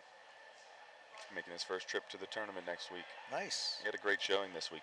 Yeah, congratulations to him. Ran into a bit of a buzzsaw here. Timmy Smith, very highly rated wrestler. So he is number 8 ranked? That's correct. No, but he's a returning state placer, right? Yeah, he was 8th last year at the state tournament Okay. at 145 pounds. I like his odds. He's a tough wrestler. In terms of next week, Yeah. placing in the top. I like his odds placing in the top 4. Yeah, again, I'm not too familiar with what's around the state. I don't know if the Southwest Ohio district is, just like you said earlier, doesn't get a whole lot of respect a lot of times. So I don't know. I feel like a lot of these rankings are not as true, of what we're going to see next week. Right, they're a bit skewed, and the rankings are actually, I believe, done by a gentleman, in Northeast Ohio? yes. Yeah, Northeast Ohio. So they tend to be skewed a little bit northeast, but then again, Northeast Ohio has had wrestling for 50 years Yeah. before Cincinnati. So they got a bit of the legacy program, where you see a lot of the same names coming through the years and generations, and we're starting to see that here also now in Southwest Ohio. So I believe we're narrowing the gap and catching up. There's your champion, Timmy Smith. I'm going to call him Timmy Smith, Don. If that's okay. You can. I'm sure he's fine with it as well. District champion. So he'll be looking to make some noise up there next week, Jerome Schottenstein Nice. Center, the house that Jerry built. Don't call him Timmy, just call him Champ. Call him what? Champ. Champ. That's right. Got 157 coming up again. Some guys I've known since they were little. Got Luke Marsh. He's a senior from Lebanon, coming in at 34-7. Carson Thomas. He's a freshman. Lasalle coming in at 22-10. Yep, speaking to that fountain of youth here, LaSalle's got a lot of young wrestlers, so they're going to be good, continue to be good for some time here. And I would say Lebanon is too. I mean, Lebanon's put together, a really, really solid program. I mean, they qualified, I sit here and I look, they actually qualified 12 to get here, 12 out of 14 weight classes, so all but 2 of the wrestlers made it to districts. And coming out of districts, maybe a little bit disappointing, only 3 moving on to state, but obviously I would say that Luke Marsh he's got to be, a favorite in the top 6, I would think, and be on the podium this year. Again, I don't know if we get much respect there. The rankings I saw, they had him at around 11. But again, I think he's going to hit the podium. I think we saw Jack Mccall earlier. I think he gets in there as well. And I believe they have one other wrestler that qualified for the state tournament. I believe is. Oh no, I'm trying to think of who. He was wrestling for Guerrera, wrestling Yes. for 3rd and 4th. And if you didn't know, they got Matt McIntyre coaching up at Lebanon. He's been there a number of years, and he's a legend in Cincinnati. He was a 2-time state champ, senior national champ back in his day in high school, and certainly has helped the heavier guys For sure. up at Lebanon. That's for Lakota West, correct? Where he plays. Yes, he was. where Yep, Wayne State Lakota was. West. Yep. And he's also a great singer, I hear. Yes. Absolutely. Last week, I was up at the Lebanon sectional with our team, and he sang the national anthem, and he did a great rendition of the national anthem. So right now we're still at 0-0. Looks like that may be how we end the first period. So a very, very tight match between Luke Marsh of Lebanon and Carson Thomas of LaSalle. And right now,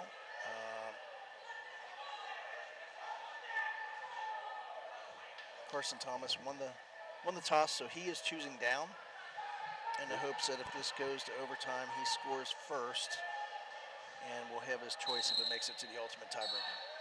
Luke Marsh is a returning state qualifier as well. Looks like he made it to the tournament last year at 152 pounds, but unfortunately lost twice before winning twice and did not hit that podium. Nice escape right there by Carson Thomas. So Carson actually taking the early lead over what I would say the favorite, Luke Marsh from Lebanon. Yeah, Carson was one of those kids that was a Ross wrestler and made the decision last summer to go to LaSalle versus stay at Ross. So Didn't know big that. decision for him to go from a little bit smaller school to a Division I school like LaSalle. Yeah, he's a solid freshman. Yep. Out there at this weight class, 157 pounds coming in to be a freshman and to do it as well as he has is very impressive. Don't see that often. That's interesting because Ross obviously very strong Division Yes, II they are.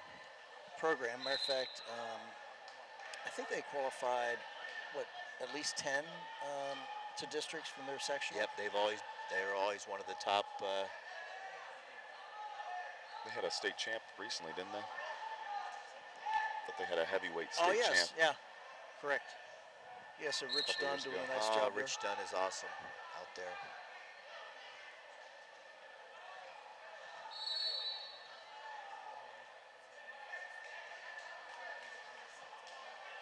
So right now, still 1-0 with 26 seconds left in the second period. And if this plays out, I am guessing that Luke Marsh will take down to start the third period to try to tie it up 1-1, and then we'll see who gets a takedown See who gets that to takedown. win that.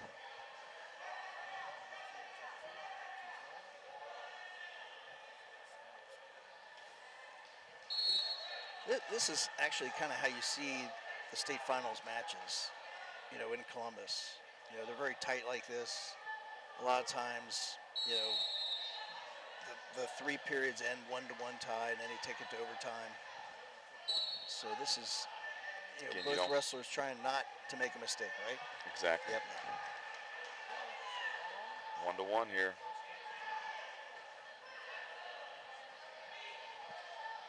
Start to see these guys open up a little bit here as we get to the end of this match. Yeah, I think you'll see that. Obviously, they still have a minute and a half to try and score. Now that score typically would come in a form of a takedown, but it could come in a penalty. It could come in a stall call. Could come See in one of a those avoid 5-pointers wrestling. that you enjoy. Yep, could see a throw for 5 Oh. points.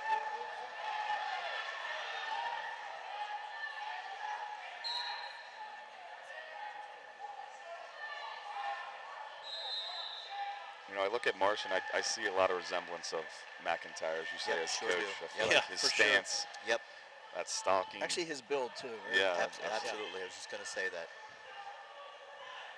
You know what I haven't seen out of Lebanon is Matt McIntyre had his patented bell ringer. Yep. Which was the head and arm, but he called it the bell ringer because he'd go right with it and then get you moving and then hit you left with it, and it was very effective, even all the way through the state tournament twice. Yeah. I think my older brother actually ran into one of those bell ringers. Oh yeah. At one point. Was that Vince? No, it would have been Lee. Lee, okay. Yeah. Believe it or not, Matt wrestled for a short time in Indiana. Oh yeah. And was hitting that bell ringer in college. Yep. 20 seconds left. We got a bit of a scramble. I think neither of these wrestlers want to see this go to overtime, so they're trying to force the issue here. 10 seconds left. Looks like both wrestlers kind of locking and blocking here, so I think it will go to overtime. Get that 1 minute overtime period. Minute on their feet, sudden victory here. This is about even as they come as far as matches tonight. It has been. The score's 1-1, but there was a lot of action in that match. Yep.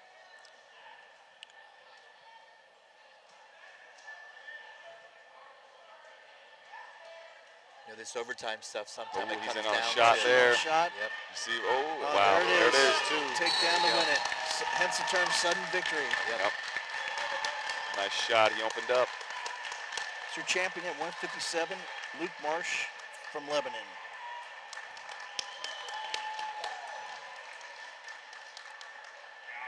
As a coach, it's sometimes frustrating because you see a guy do that and it looks so effortless.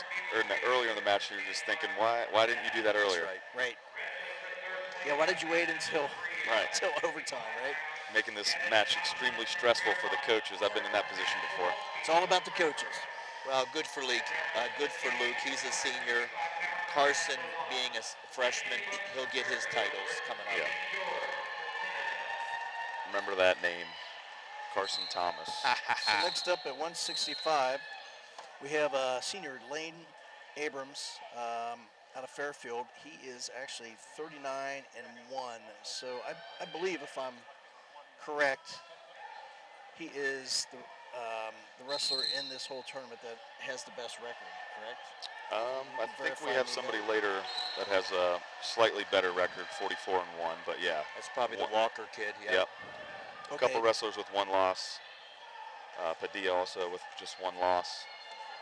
So Lane Abrams of Fairfield in red going against Aiden George of Centerville, who's a sophomore. Interesting fact here, Lane Abrams has pinned his way through the tournament thus far. So he's got a pretty nice cross-body ride, parallel leg ride. A lot of leverage there. He's got the height, he's got a lot of leverage, and he uses it. Yeah, George coming in with a record of 35-6, so he's won a bunch of matches this year as well. Dayton School's kind of running this weight class here. We have Centerville in the finals, and you look over on Mat 3 for 3rd and 4th, and you have Fairmont, and you have Springboro, I believe. And you look 5th and 6th, you have a Beaver Creek and LaSalle. Actually, Springfield for 3rd and 4th. Springboro and Springfield. Springfield's got a guy? I thought so. Could be wrong. No, that's Northmont. Okay, we're both wrong. All right. Or no, not Northmont. Kettering, Fairmont. There we go. Okay, well, you We did figured it out. hit We're not familiar with these these Dayton schools. Yeah, we're all the way from down south, Cincinnati. So Yeah. We don't get up north this far. all that often.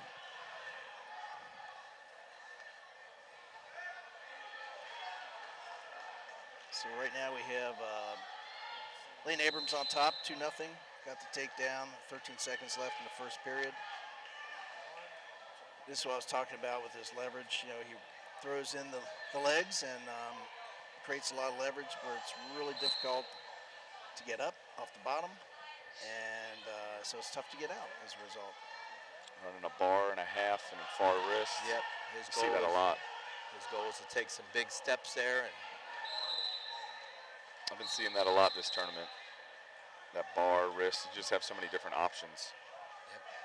Yeah, you can turn them either way. You can run the bar one way, or you can hop over and hop to the half and flip them over the other way.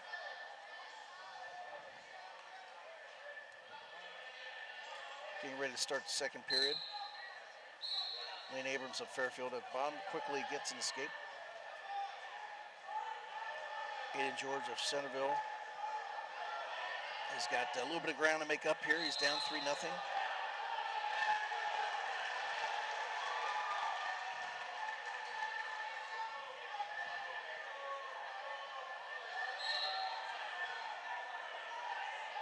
Good sprawl there, Abrams. Yeah, he's just got such, with that height, he's just got such leverage, right? Yes, he does. I mean, that sprawl, when you're in under that sprawl, you've got so much leverage and pressure down on your shoulder. It's tough to finish.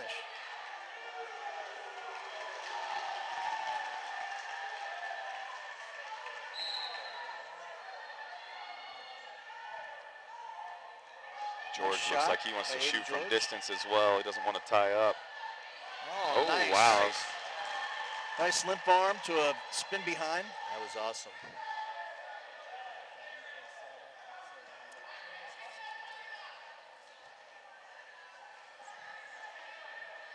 This is one of 3 Fairfield wrestlers that will be continuing their postseason run next week. We saw earlier 113. They also have 138 pounder that's going to be moving on next week. Aiden George gets the reversal, and then he kicks out Lane Abrams for a score 6-2 currently as we wind down the second period, down to 20 seconds here.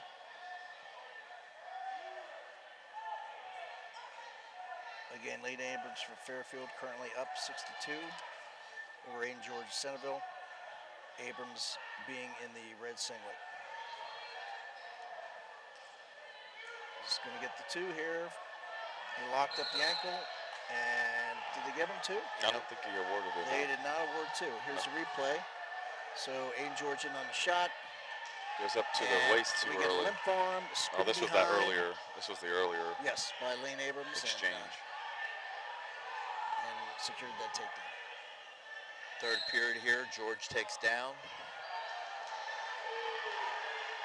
His goal here, get to his feet. Don't let Abrams put those legs in and ride him out.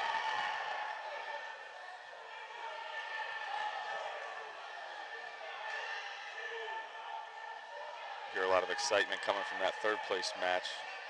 Being up here in Kettering, Fairmont, you got a big crowd for this guy.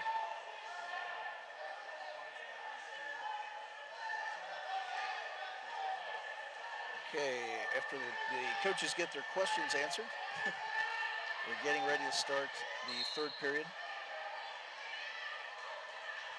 Aiden George choosing down.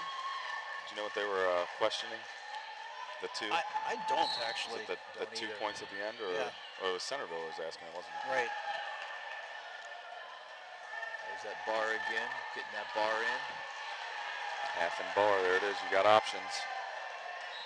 But George defending it well. He's got to work that bar out first. There he goes. Now start working his way up. There's an escape. 6-3. Immediately attacks, but they go out of bounds.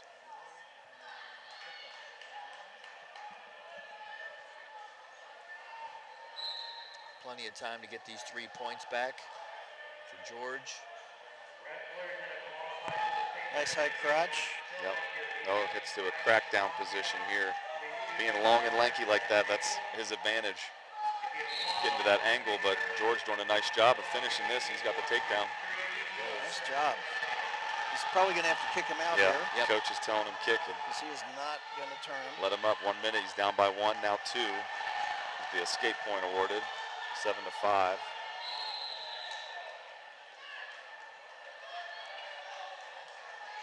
So do we know if either of these wrestlers are ranked? Let me see. I think George they have around 16, and Abrams 19. So George in on the shot, but Abrams gets the takedown. About 25 seconds left here.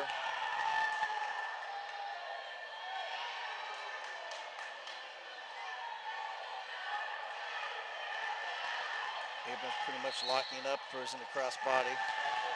10 seconds left. I think he's just going to ride him out here. Yep.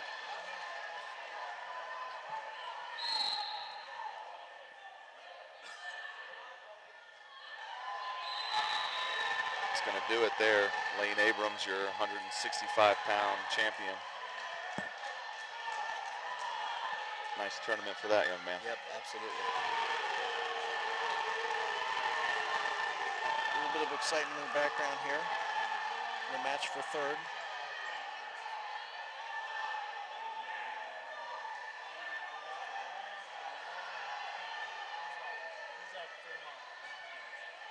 Here we have the wrestler for Fairmont. That's Evan Thompson, and I believe he is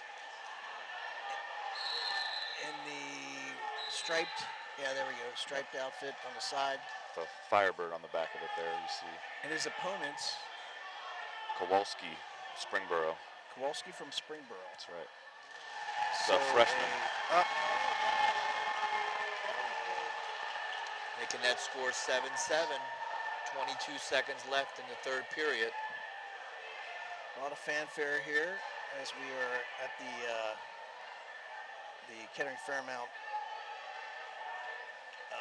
establishment, and they have a lot of fans here rooting on their home team.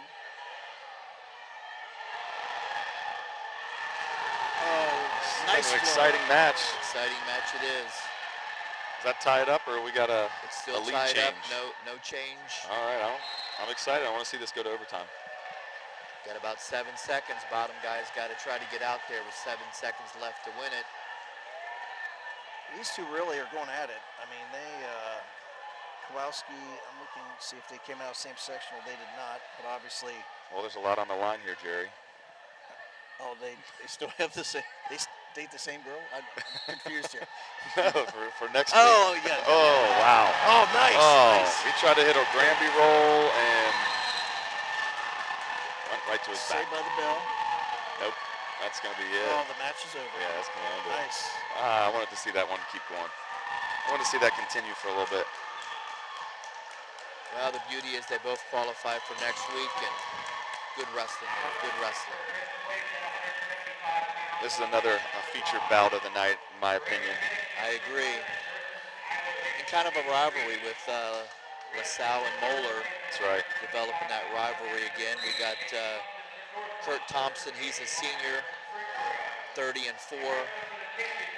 Chase Stein from LaSalle. He's a senior as well, 27-9. That's right. I mentioned earlier he's going to be continuing his wrestling career at Mercyhurst next year, joining some of his teammates.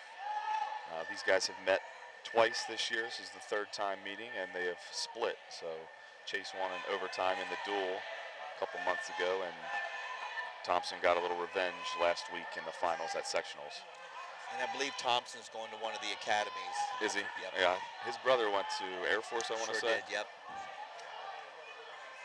So Kurt Thompson, interesting enough, I mean, he's been on the mat through 1, 2, 3 matches so far for a total of 2 minutes, 36 seconds. So not even the equivalent of half a match. Well, let's see if that plays a factor in this match, not having that mat time. That's Yeah, right. he should have a lot of energy, should be pretty fresh.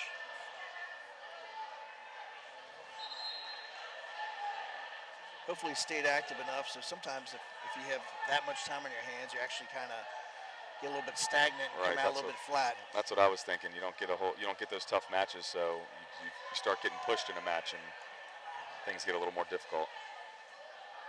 Kurt's another one of those tall guys. You know, he's a tall and lanky guy and lots of leverage.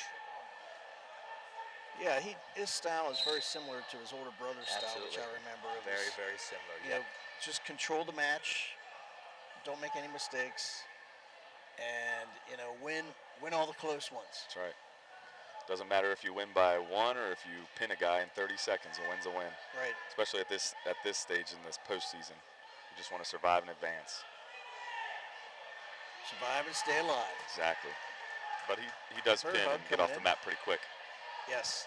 Stein, Oh, nice. very nice. Getting into the body. No, in the match earlier in the duel, Stein was able to chest block him for the takedown to secure the win in overtime. Here we go. A little more action now. He's feeling a little rushed.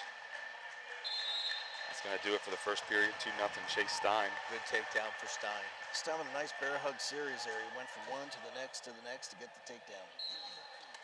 Beauty with both these guys, they have great practice partners around them in the wrestling room. They do. So they continue to progress throughout the year.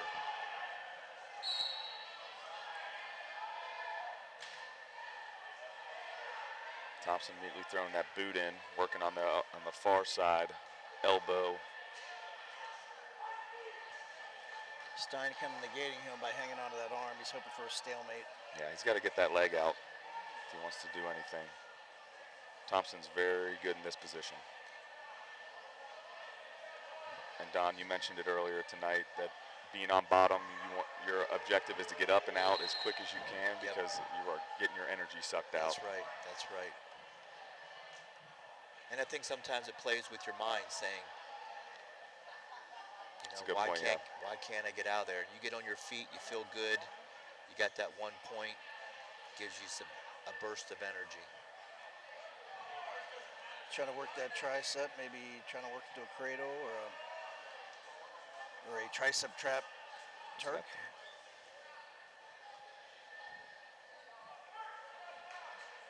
Kurt's corner there, you got Coach Jermaine Lindsay, and then next to him is, you guys remember Stephen Meyer? Yep. Right, he took third as a freshman for Moeller and then went to Reading and won a state title, and then they moved down to Kentucky and won a couple more there.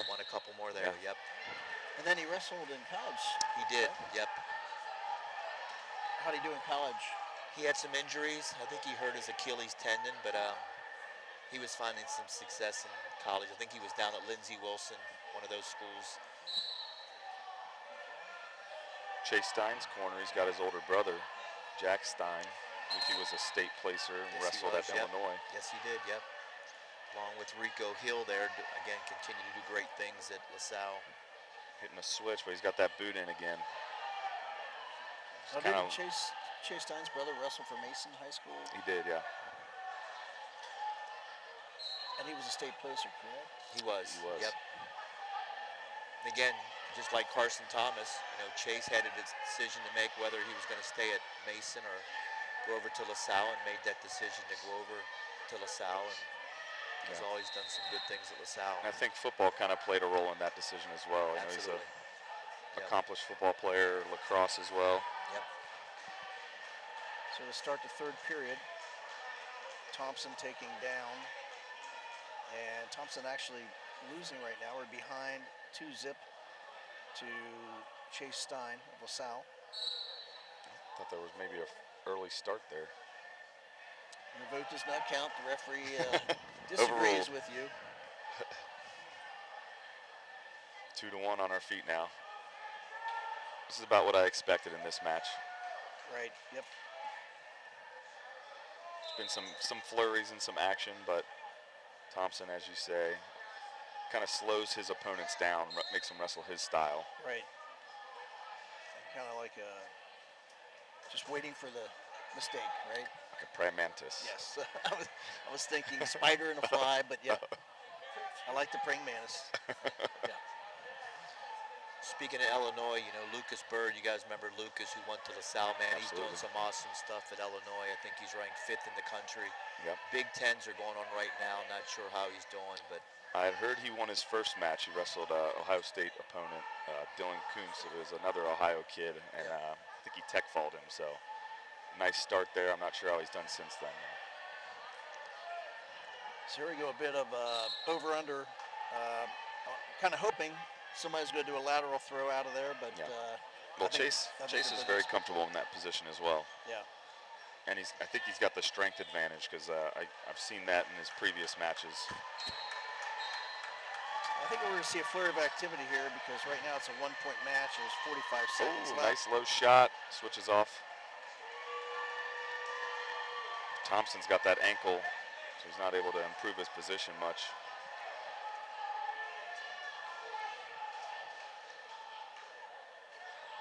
he's got to get that leg back.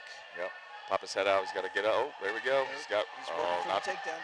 He's got to stay on the leg. Bear hug again. Oh, there's that bear hug. There it is. Oh, wow. Oh, I'm not quite sure I understand that non-takedown call. Bach, the other referee, is assistant referee might be. Right. There it is. It is. They're going to award it too. There it His is. feet, Very yes, nice. Feet were in. The toes were in. Toes were in. Yep. Nice takedown. You know, I was just getting ready to say Chase should have stayed on the leg, but he made me look like a fool. He went to that body lock and was able to finish. Well, I think that's why you no longer coach him. Is that correct? Well, I told you he's good in that position. There we go. Cuts him free. 10 seconds left. He's going to dance around. Look at that. He's not been called for stalling yet, so he's got, there it is right there, but he's got a 2-point lead. He'll be all right as long as he's. Nice. There it is. Awesome. Stein. Good for Stein. Both these guys will be at the state tournament next week. That's right. Confident that both of these guys can get on the podium. Absolutely good match.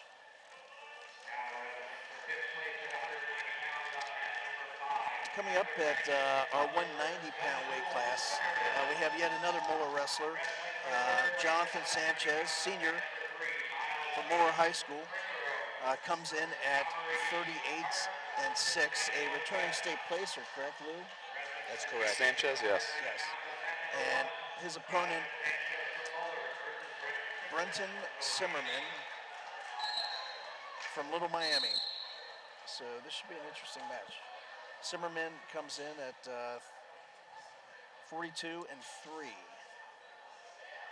Simmerman in his semifinal match was down late in the match by 3 or 4 points, I want to say, and was able to find a way to get the fall and upset his opponent, Gunnar Poole from Centerville. So once again, these two met last week in the finals of the Lakota East Sectional to qualify for districts, with Brenton Simmerman coming out ahead on that match. Simmerman a junior, Sanchez a senior.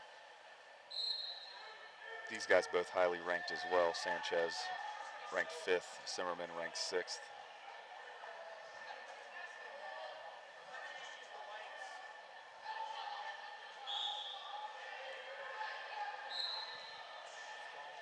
Interestingly enough, Simmerman's coach is actually a Moeller alumni, Yes, he Drew is. Hobbs. He's rocking some pretty sweet cowboy boots over He there. loves that cowboy stuff. I would have to agree with that look. I don't have them on, but maybe next week. Get on those scrub gym shoes, man. Come on. I'm on my feet all day. Yeah, when Drew became head coach at Little Miami, he was one of the youngest coaches maybe ever in Cincinnati. I think he was 21 or 22 when he became coach. That's cool. He had a brother that was wrestling at Little Miami as well, didn't Sure did. He was a state qualifier, I believe, last year, and maybe a state placer as well. So, Zamir, does Brenton Simmerman look a lot bigger? he? He's very definitely lanky. taller. Yes. definitely does, yep.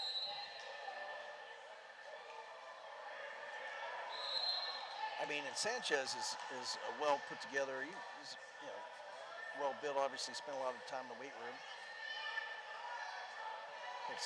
And I got to talking. Got to be about a head taller. Yeah, I think, I also think Sanchez might be a little light for this weight class. I was talking to some Moeller parents, and they kind of got a log jam going on there right around that same weight class Okay. with Thompson, Sanchez, and then Will Atkins, who's a right. 215-pounder, so he's also a little undersized for his weight class, but was able to punch his ticket to the state tournament. Pretty quick escape there for Sanchez, takes the lead.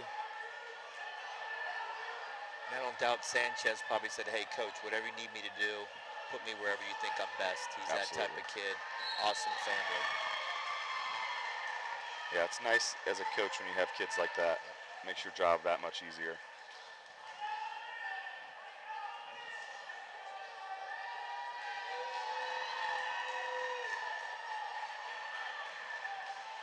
Not a lot of activity actually from the neutral position. It seems like both wrestlers kind of neutralizing the other. Maybe maybe trying a variety of head shucks. And Yeah, both fighting for that inside control, it looks like. I watched this Zimmerman in his earlier bouts, and I feel like he's a big move guy. I've seen him hit a couple big moves that I'm just waiting for that one to show up here in the finals. Oh, so like maybe a head and arm or a lateral toss or Sure, I would like to toss see a little bit of that.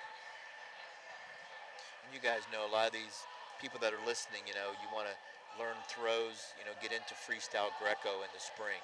Lots of clubs around to learn how to throw, especially doing Greco wrestling in the spring can certainly help you. Absolutely. I mean, we've not really seen, what have we seen, one throw in the whole finals? There was an early throw, bounds, right? out of bounds. Chase Stein had that throw. Chase had some body locks. There was that throw by Magnus of Elder early. Right. I don't think he scored anything off that. A lot of that does come from, you know, Greco-Roman wrestling, where, you know, the rule there in Greco-Roman is you can't essentially attack below the waist, so it's all upper body for the most part.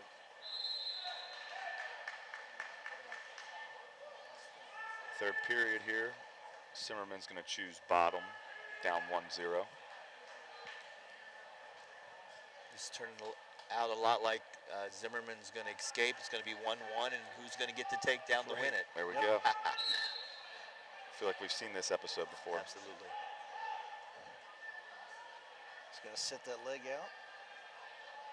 He's got to clear that left leg. Sanchez hanging on it. Going to a strap. There we go. I think, you know, trying to lift somebody that tall is quite the task. Yeah, not able to get the leverage that you need.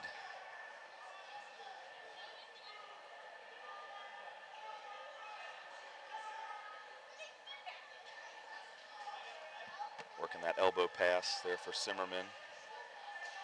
Sanchez is heavy on that collar tie. He works an elbow pass as well. Yep, trying to get that angle. I haven't really seen a lot of penetration by either wrestler.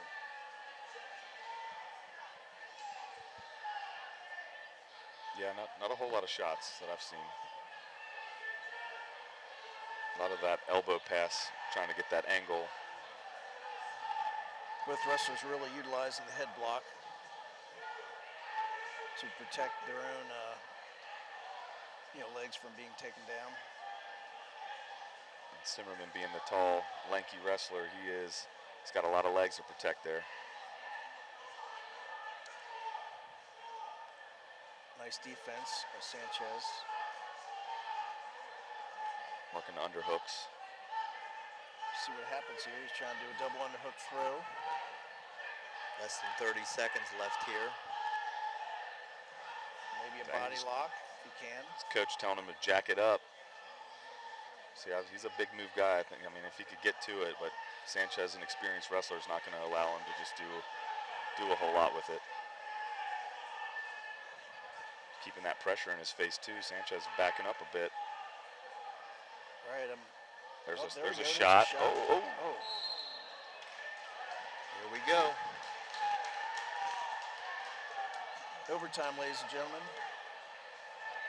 1-1 tied, one in overtime. Sudden death overtime. Sudden victory overtime, actually, it's called. First point scored wins. That's where that fatigue comes in. They're banging heads the whole match, and now you can see they're kind of huffing and puffing a little bit. Kind of wears you out. Yeah. I noticed that too, Don. I was looking, both of those guys, when they got back on the line, both their hands were on their knees. Yep. As a coach, that kind of frustrates me. I think body language tells a lot about a wrestler. Absolutely. I try to like tell my guys, if you're tired, I know you're tired late in the match especially, just don't show it. That's right.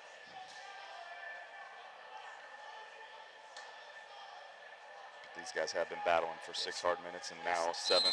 Wow. Did he really just gave the stall? A stall. Oh, I would have liked to see these guys battle it out more. So what was the call there? Stalling on Moeller. Okay. Point awarded for Little Miami. Yeah, you hate to see the match being won with the stall call. Absolutely, that's Well, unfortunate. There's a reason why it's in the rule book, though, referee has to make the decision based on who's backing up, who's blocking off. In that case, who's blocking off more than the other one, because they both appear to be blocking off, quite frankly. Yeah. Just which one is attacking a bit more versus the other. We talked about maybe that weight difference. It could have been just that, where Sanchez couldn't circle. Right. Yeah, and he's so guy long was and just lanky. pushing him back. Yeah, getting that leverage there with those underhooks.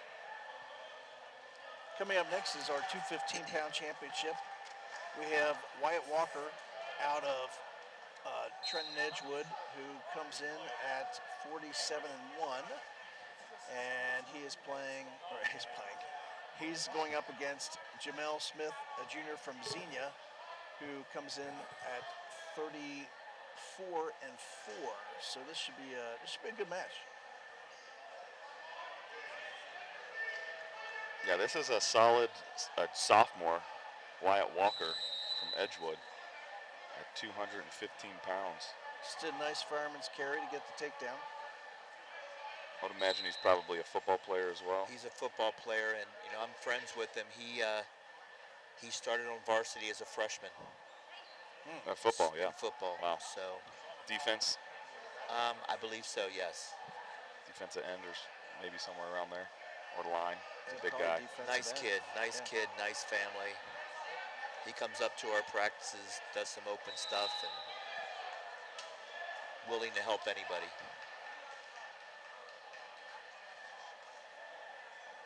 Right now he's pretty much in control. He got the takedown fairly quick, and now he's riding. Again, he's got the leverage. You see him ride legs. Now he's riding a bar arm series. See if he can turn him here and get some points, if not a fall. Got to take some big steps to get over his head. Big steps. Oh, big step, yep. Big steps. Now he's going to drop his hips. He's got 30 seconds to fight here. Put all the weight on the chest. He's doing a good job of defending it, though. Yeah, that's a nice bridge. That is a high bridge.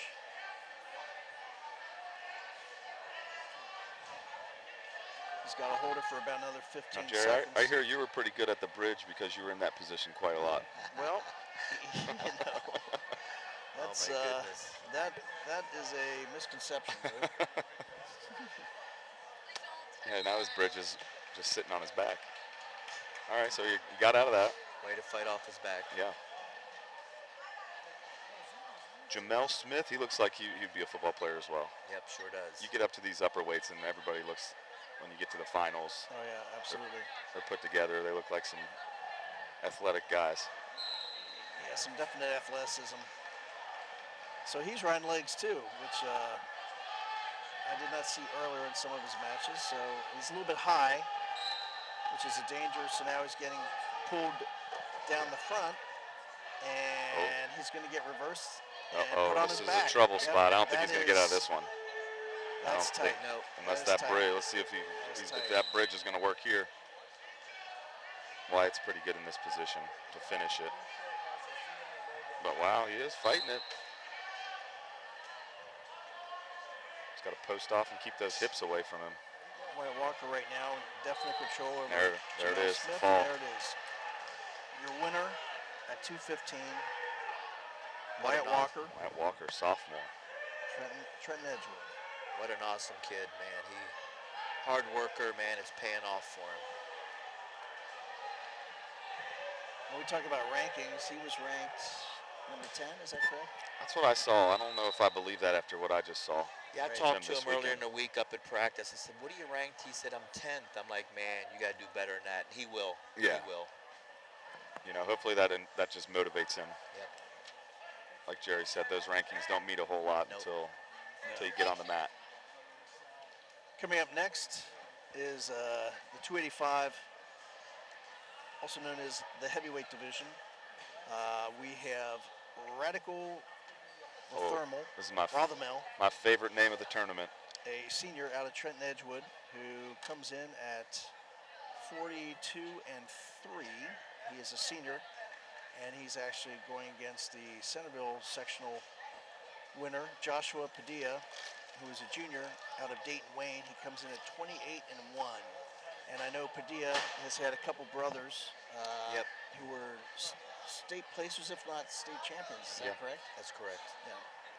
And these two, these two are both sectional champs, so they didn't meet last week, but they did meet last year at the state tournament in the consolation bracket there, and Padilla got the better of Rothamel 7-0 in that match. Padilla ended up placing 8th last year. Well, I think this is going to be an exciting match because I've seen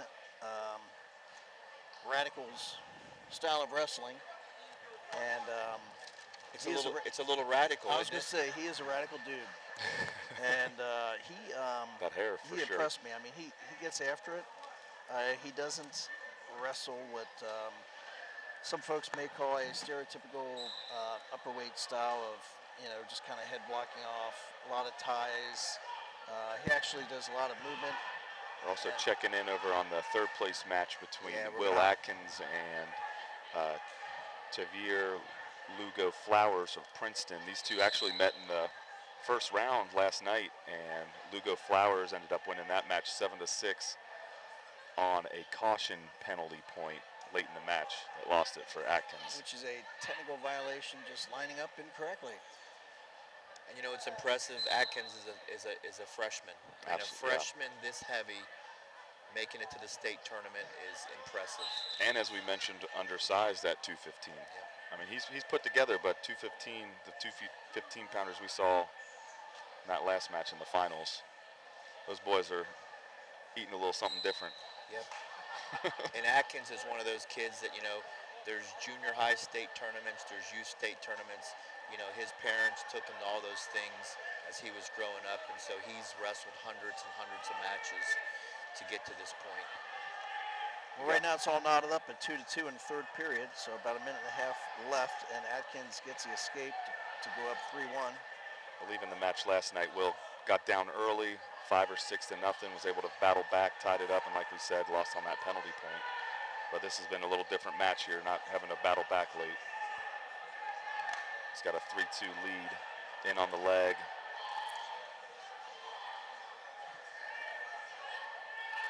Lugo Flowers also another undersized 215 pounder. I think he wrestled the majority of the year down at 190 and was ranked down at 190 pounds and decided to move up because I think he saw his route to the state tournament was a little more achievable here at 215. You got that 190 pound weight class was a little bit of a log jam. Just a little bit under a minute left. I think we're going to see a bit of a flurry here.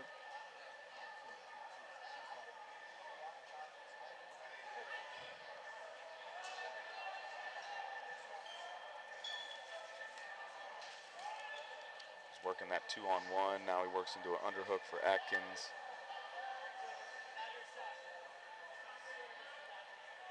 Both guys trying to work the position. They got essentially the same setup, and there's that throw. Nice lateral toss. There it was. Nicely timed as well, especially on the edge of the mat. He's safe. If he did get in trouble, he could scramble out of bounds there, but unfortunately it went to trip and then threw and didn't nice get throw, it. but Yeah. Well, if we had college Right rules, out of he bounds. could have completed that takedown Absolutely, or the throw and get back points as well. 10 seconds left. I wish they would adopt that in high school. Wrestle with, as long as one guy has a toe inbounds, continue wrestling. Will Atkins avenges that first round loss from last night, wins 3-2. Freshman going to the state tournament, 3rd in the district.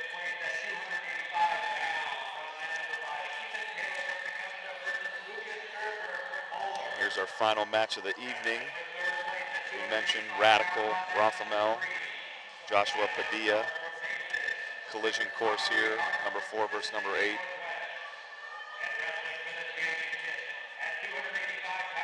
You guys remember, it wasn't too long ago they made guys with longer hair wear a headpiece. Yeah. A hairnet, whatever you call it. And I like this new thing where they can have their hair long and keep their headgear on, and I think it's awesome. Yeah, I've seen more mullets this weekend than I've seen in my 32 years of life. That's a pretty popular haircut coming back now. I see the Joe Dirt every week somewhere. Oh yeah. I was going to say, did it ever really go out of style? Not according to you. I You just used got to have a mine trimmed. mullet. I just got mine trimmed.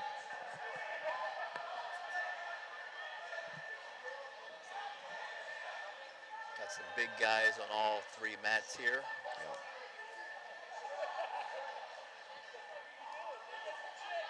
You know, heavyweight here may have been one of the toughest weight classes out of this district.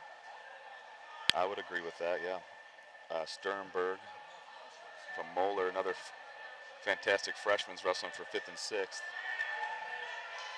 And then over on mat 3, you got Harden from Northwest. And a what is that, Mason? Yep, Skylar from Mason. Yeah, it's a tough weight class. And right now we kicked over to the 3rd place match. We have a Cincinnati Northwest wrestler just for a second to check in. Makarrie Harden, who's a senior out of Cincinnati Northwest. And now we're back to the championship match. We may actually go back and forth here, so you can watch a little bit of the Northwest Makarrie Harden wrestle, and then also you can see the championship final with Radical Thermal and Josh Padilla. Yeah.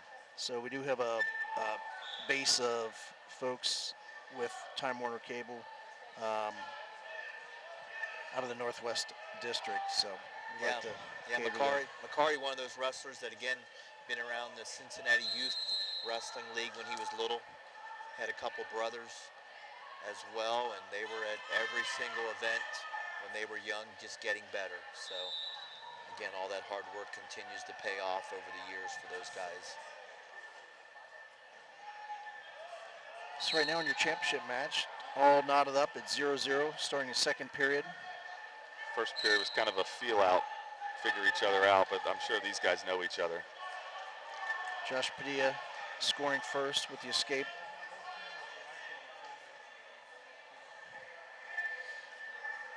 Yep, real close matches. The 3rd and 4th place match, it's 1-0, and the 1st and 2nd place match is 1-0 as well.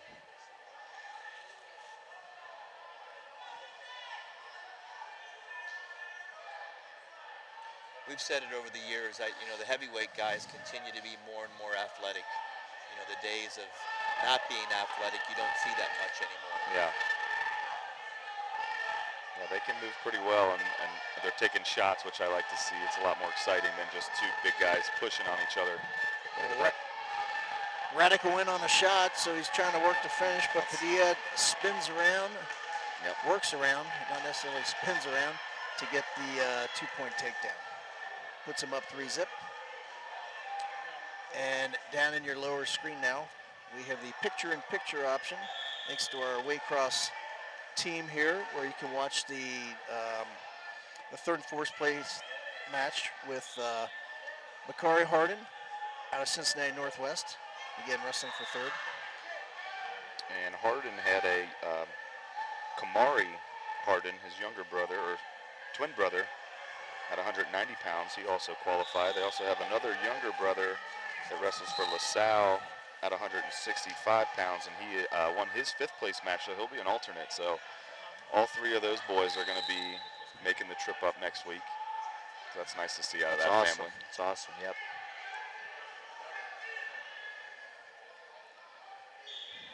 Pretty riding tight here as the 2nd period ends. Start of 3rd period. Radical Rothamel, I think I'm saying that right, or Thermal, chooses down.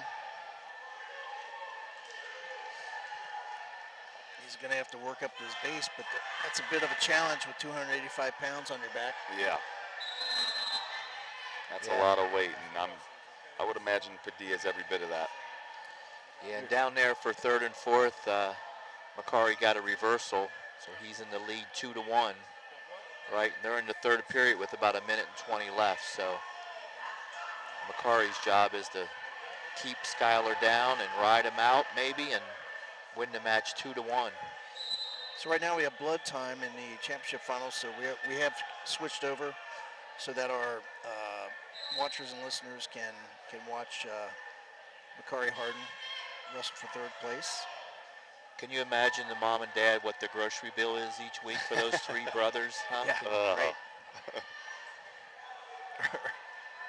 Actually, for any of these wrestlers out here right yeah. now. But you got, she's got a 165-pounder, 190-pounder, and a heavyweight here. That's right. Skylar escaped there, making that score 2-2 with about 30 seconds left.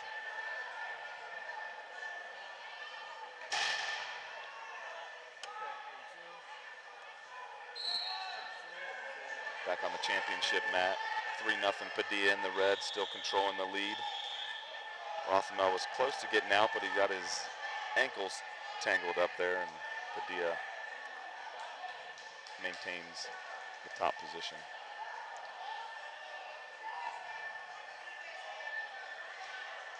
Over in third and fourth, Makarrie got a point there, making that 3-2 with 15 seconds left. Don't know if that was an illegal hold or what it was, but he got a point. Short time, he's just staying away now. He's got his roller skates on. Looks like he That's it. didn't even get hit with a stall call. He is going to win that match. Wow.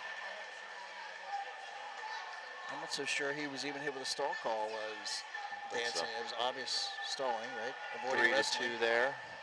He actually could have been hit with a point for avoiding wrestling. You know, fleeing the mat, avoiding wrestling, typically a technical violation for a point. I think Makarrie got a little bit lucky there in terms of the lack of a call by the referee. I think that's what Coach Mappy's there talking to the officials, saying, hey, he was definitely fleeing, blatantly fleeing. Now we're kicking back to the championship final. Inside Josh 25. Padilla and Radical. He's got a chance here. Rothmel. 3-1. He's got to go make something happen now. 15 seconds left in the match. It's one of those things, 10 seconds left, nothing to lose. Yeah. I'd go in there and Absolutely. take a shot. What's it matter if you win if you lose 5-1 or tie it up? That's right. That's right.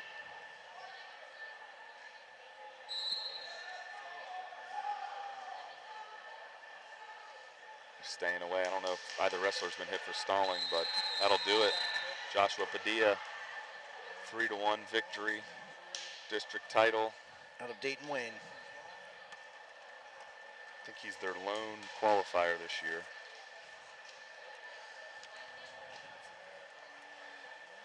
Well, we'd like to thank everyone for joining us for the 2022 edition of the District Division I High School Wrestling Tournament at Kettering Fairmont. I'm Jerry Tischler, and we'd like to thank our crew at Waycross. I'd like to thank Kettering Fairmont High School for everything they've done for us here in terms of hosting the tournament. And of course, all the wrestlers, coaches, and parents in our listening and viewing area. So I'm Jerry Tischler. Don Jones. And Luke Carraher. Signing off. And we hope to see you next week at the state tournament. Thank you very much. Thanks, everybody.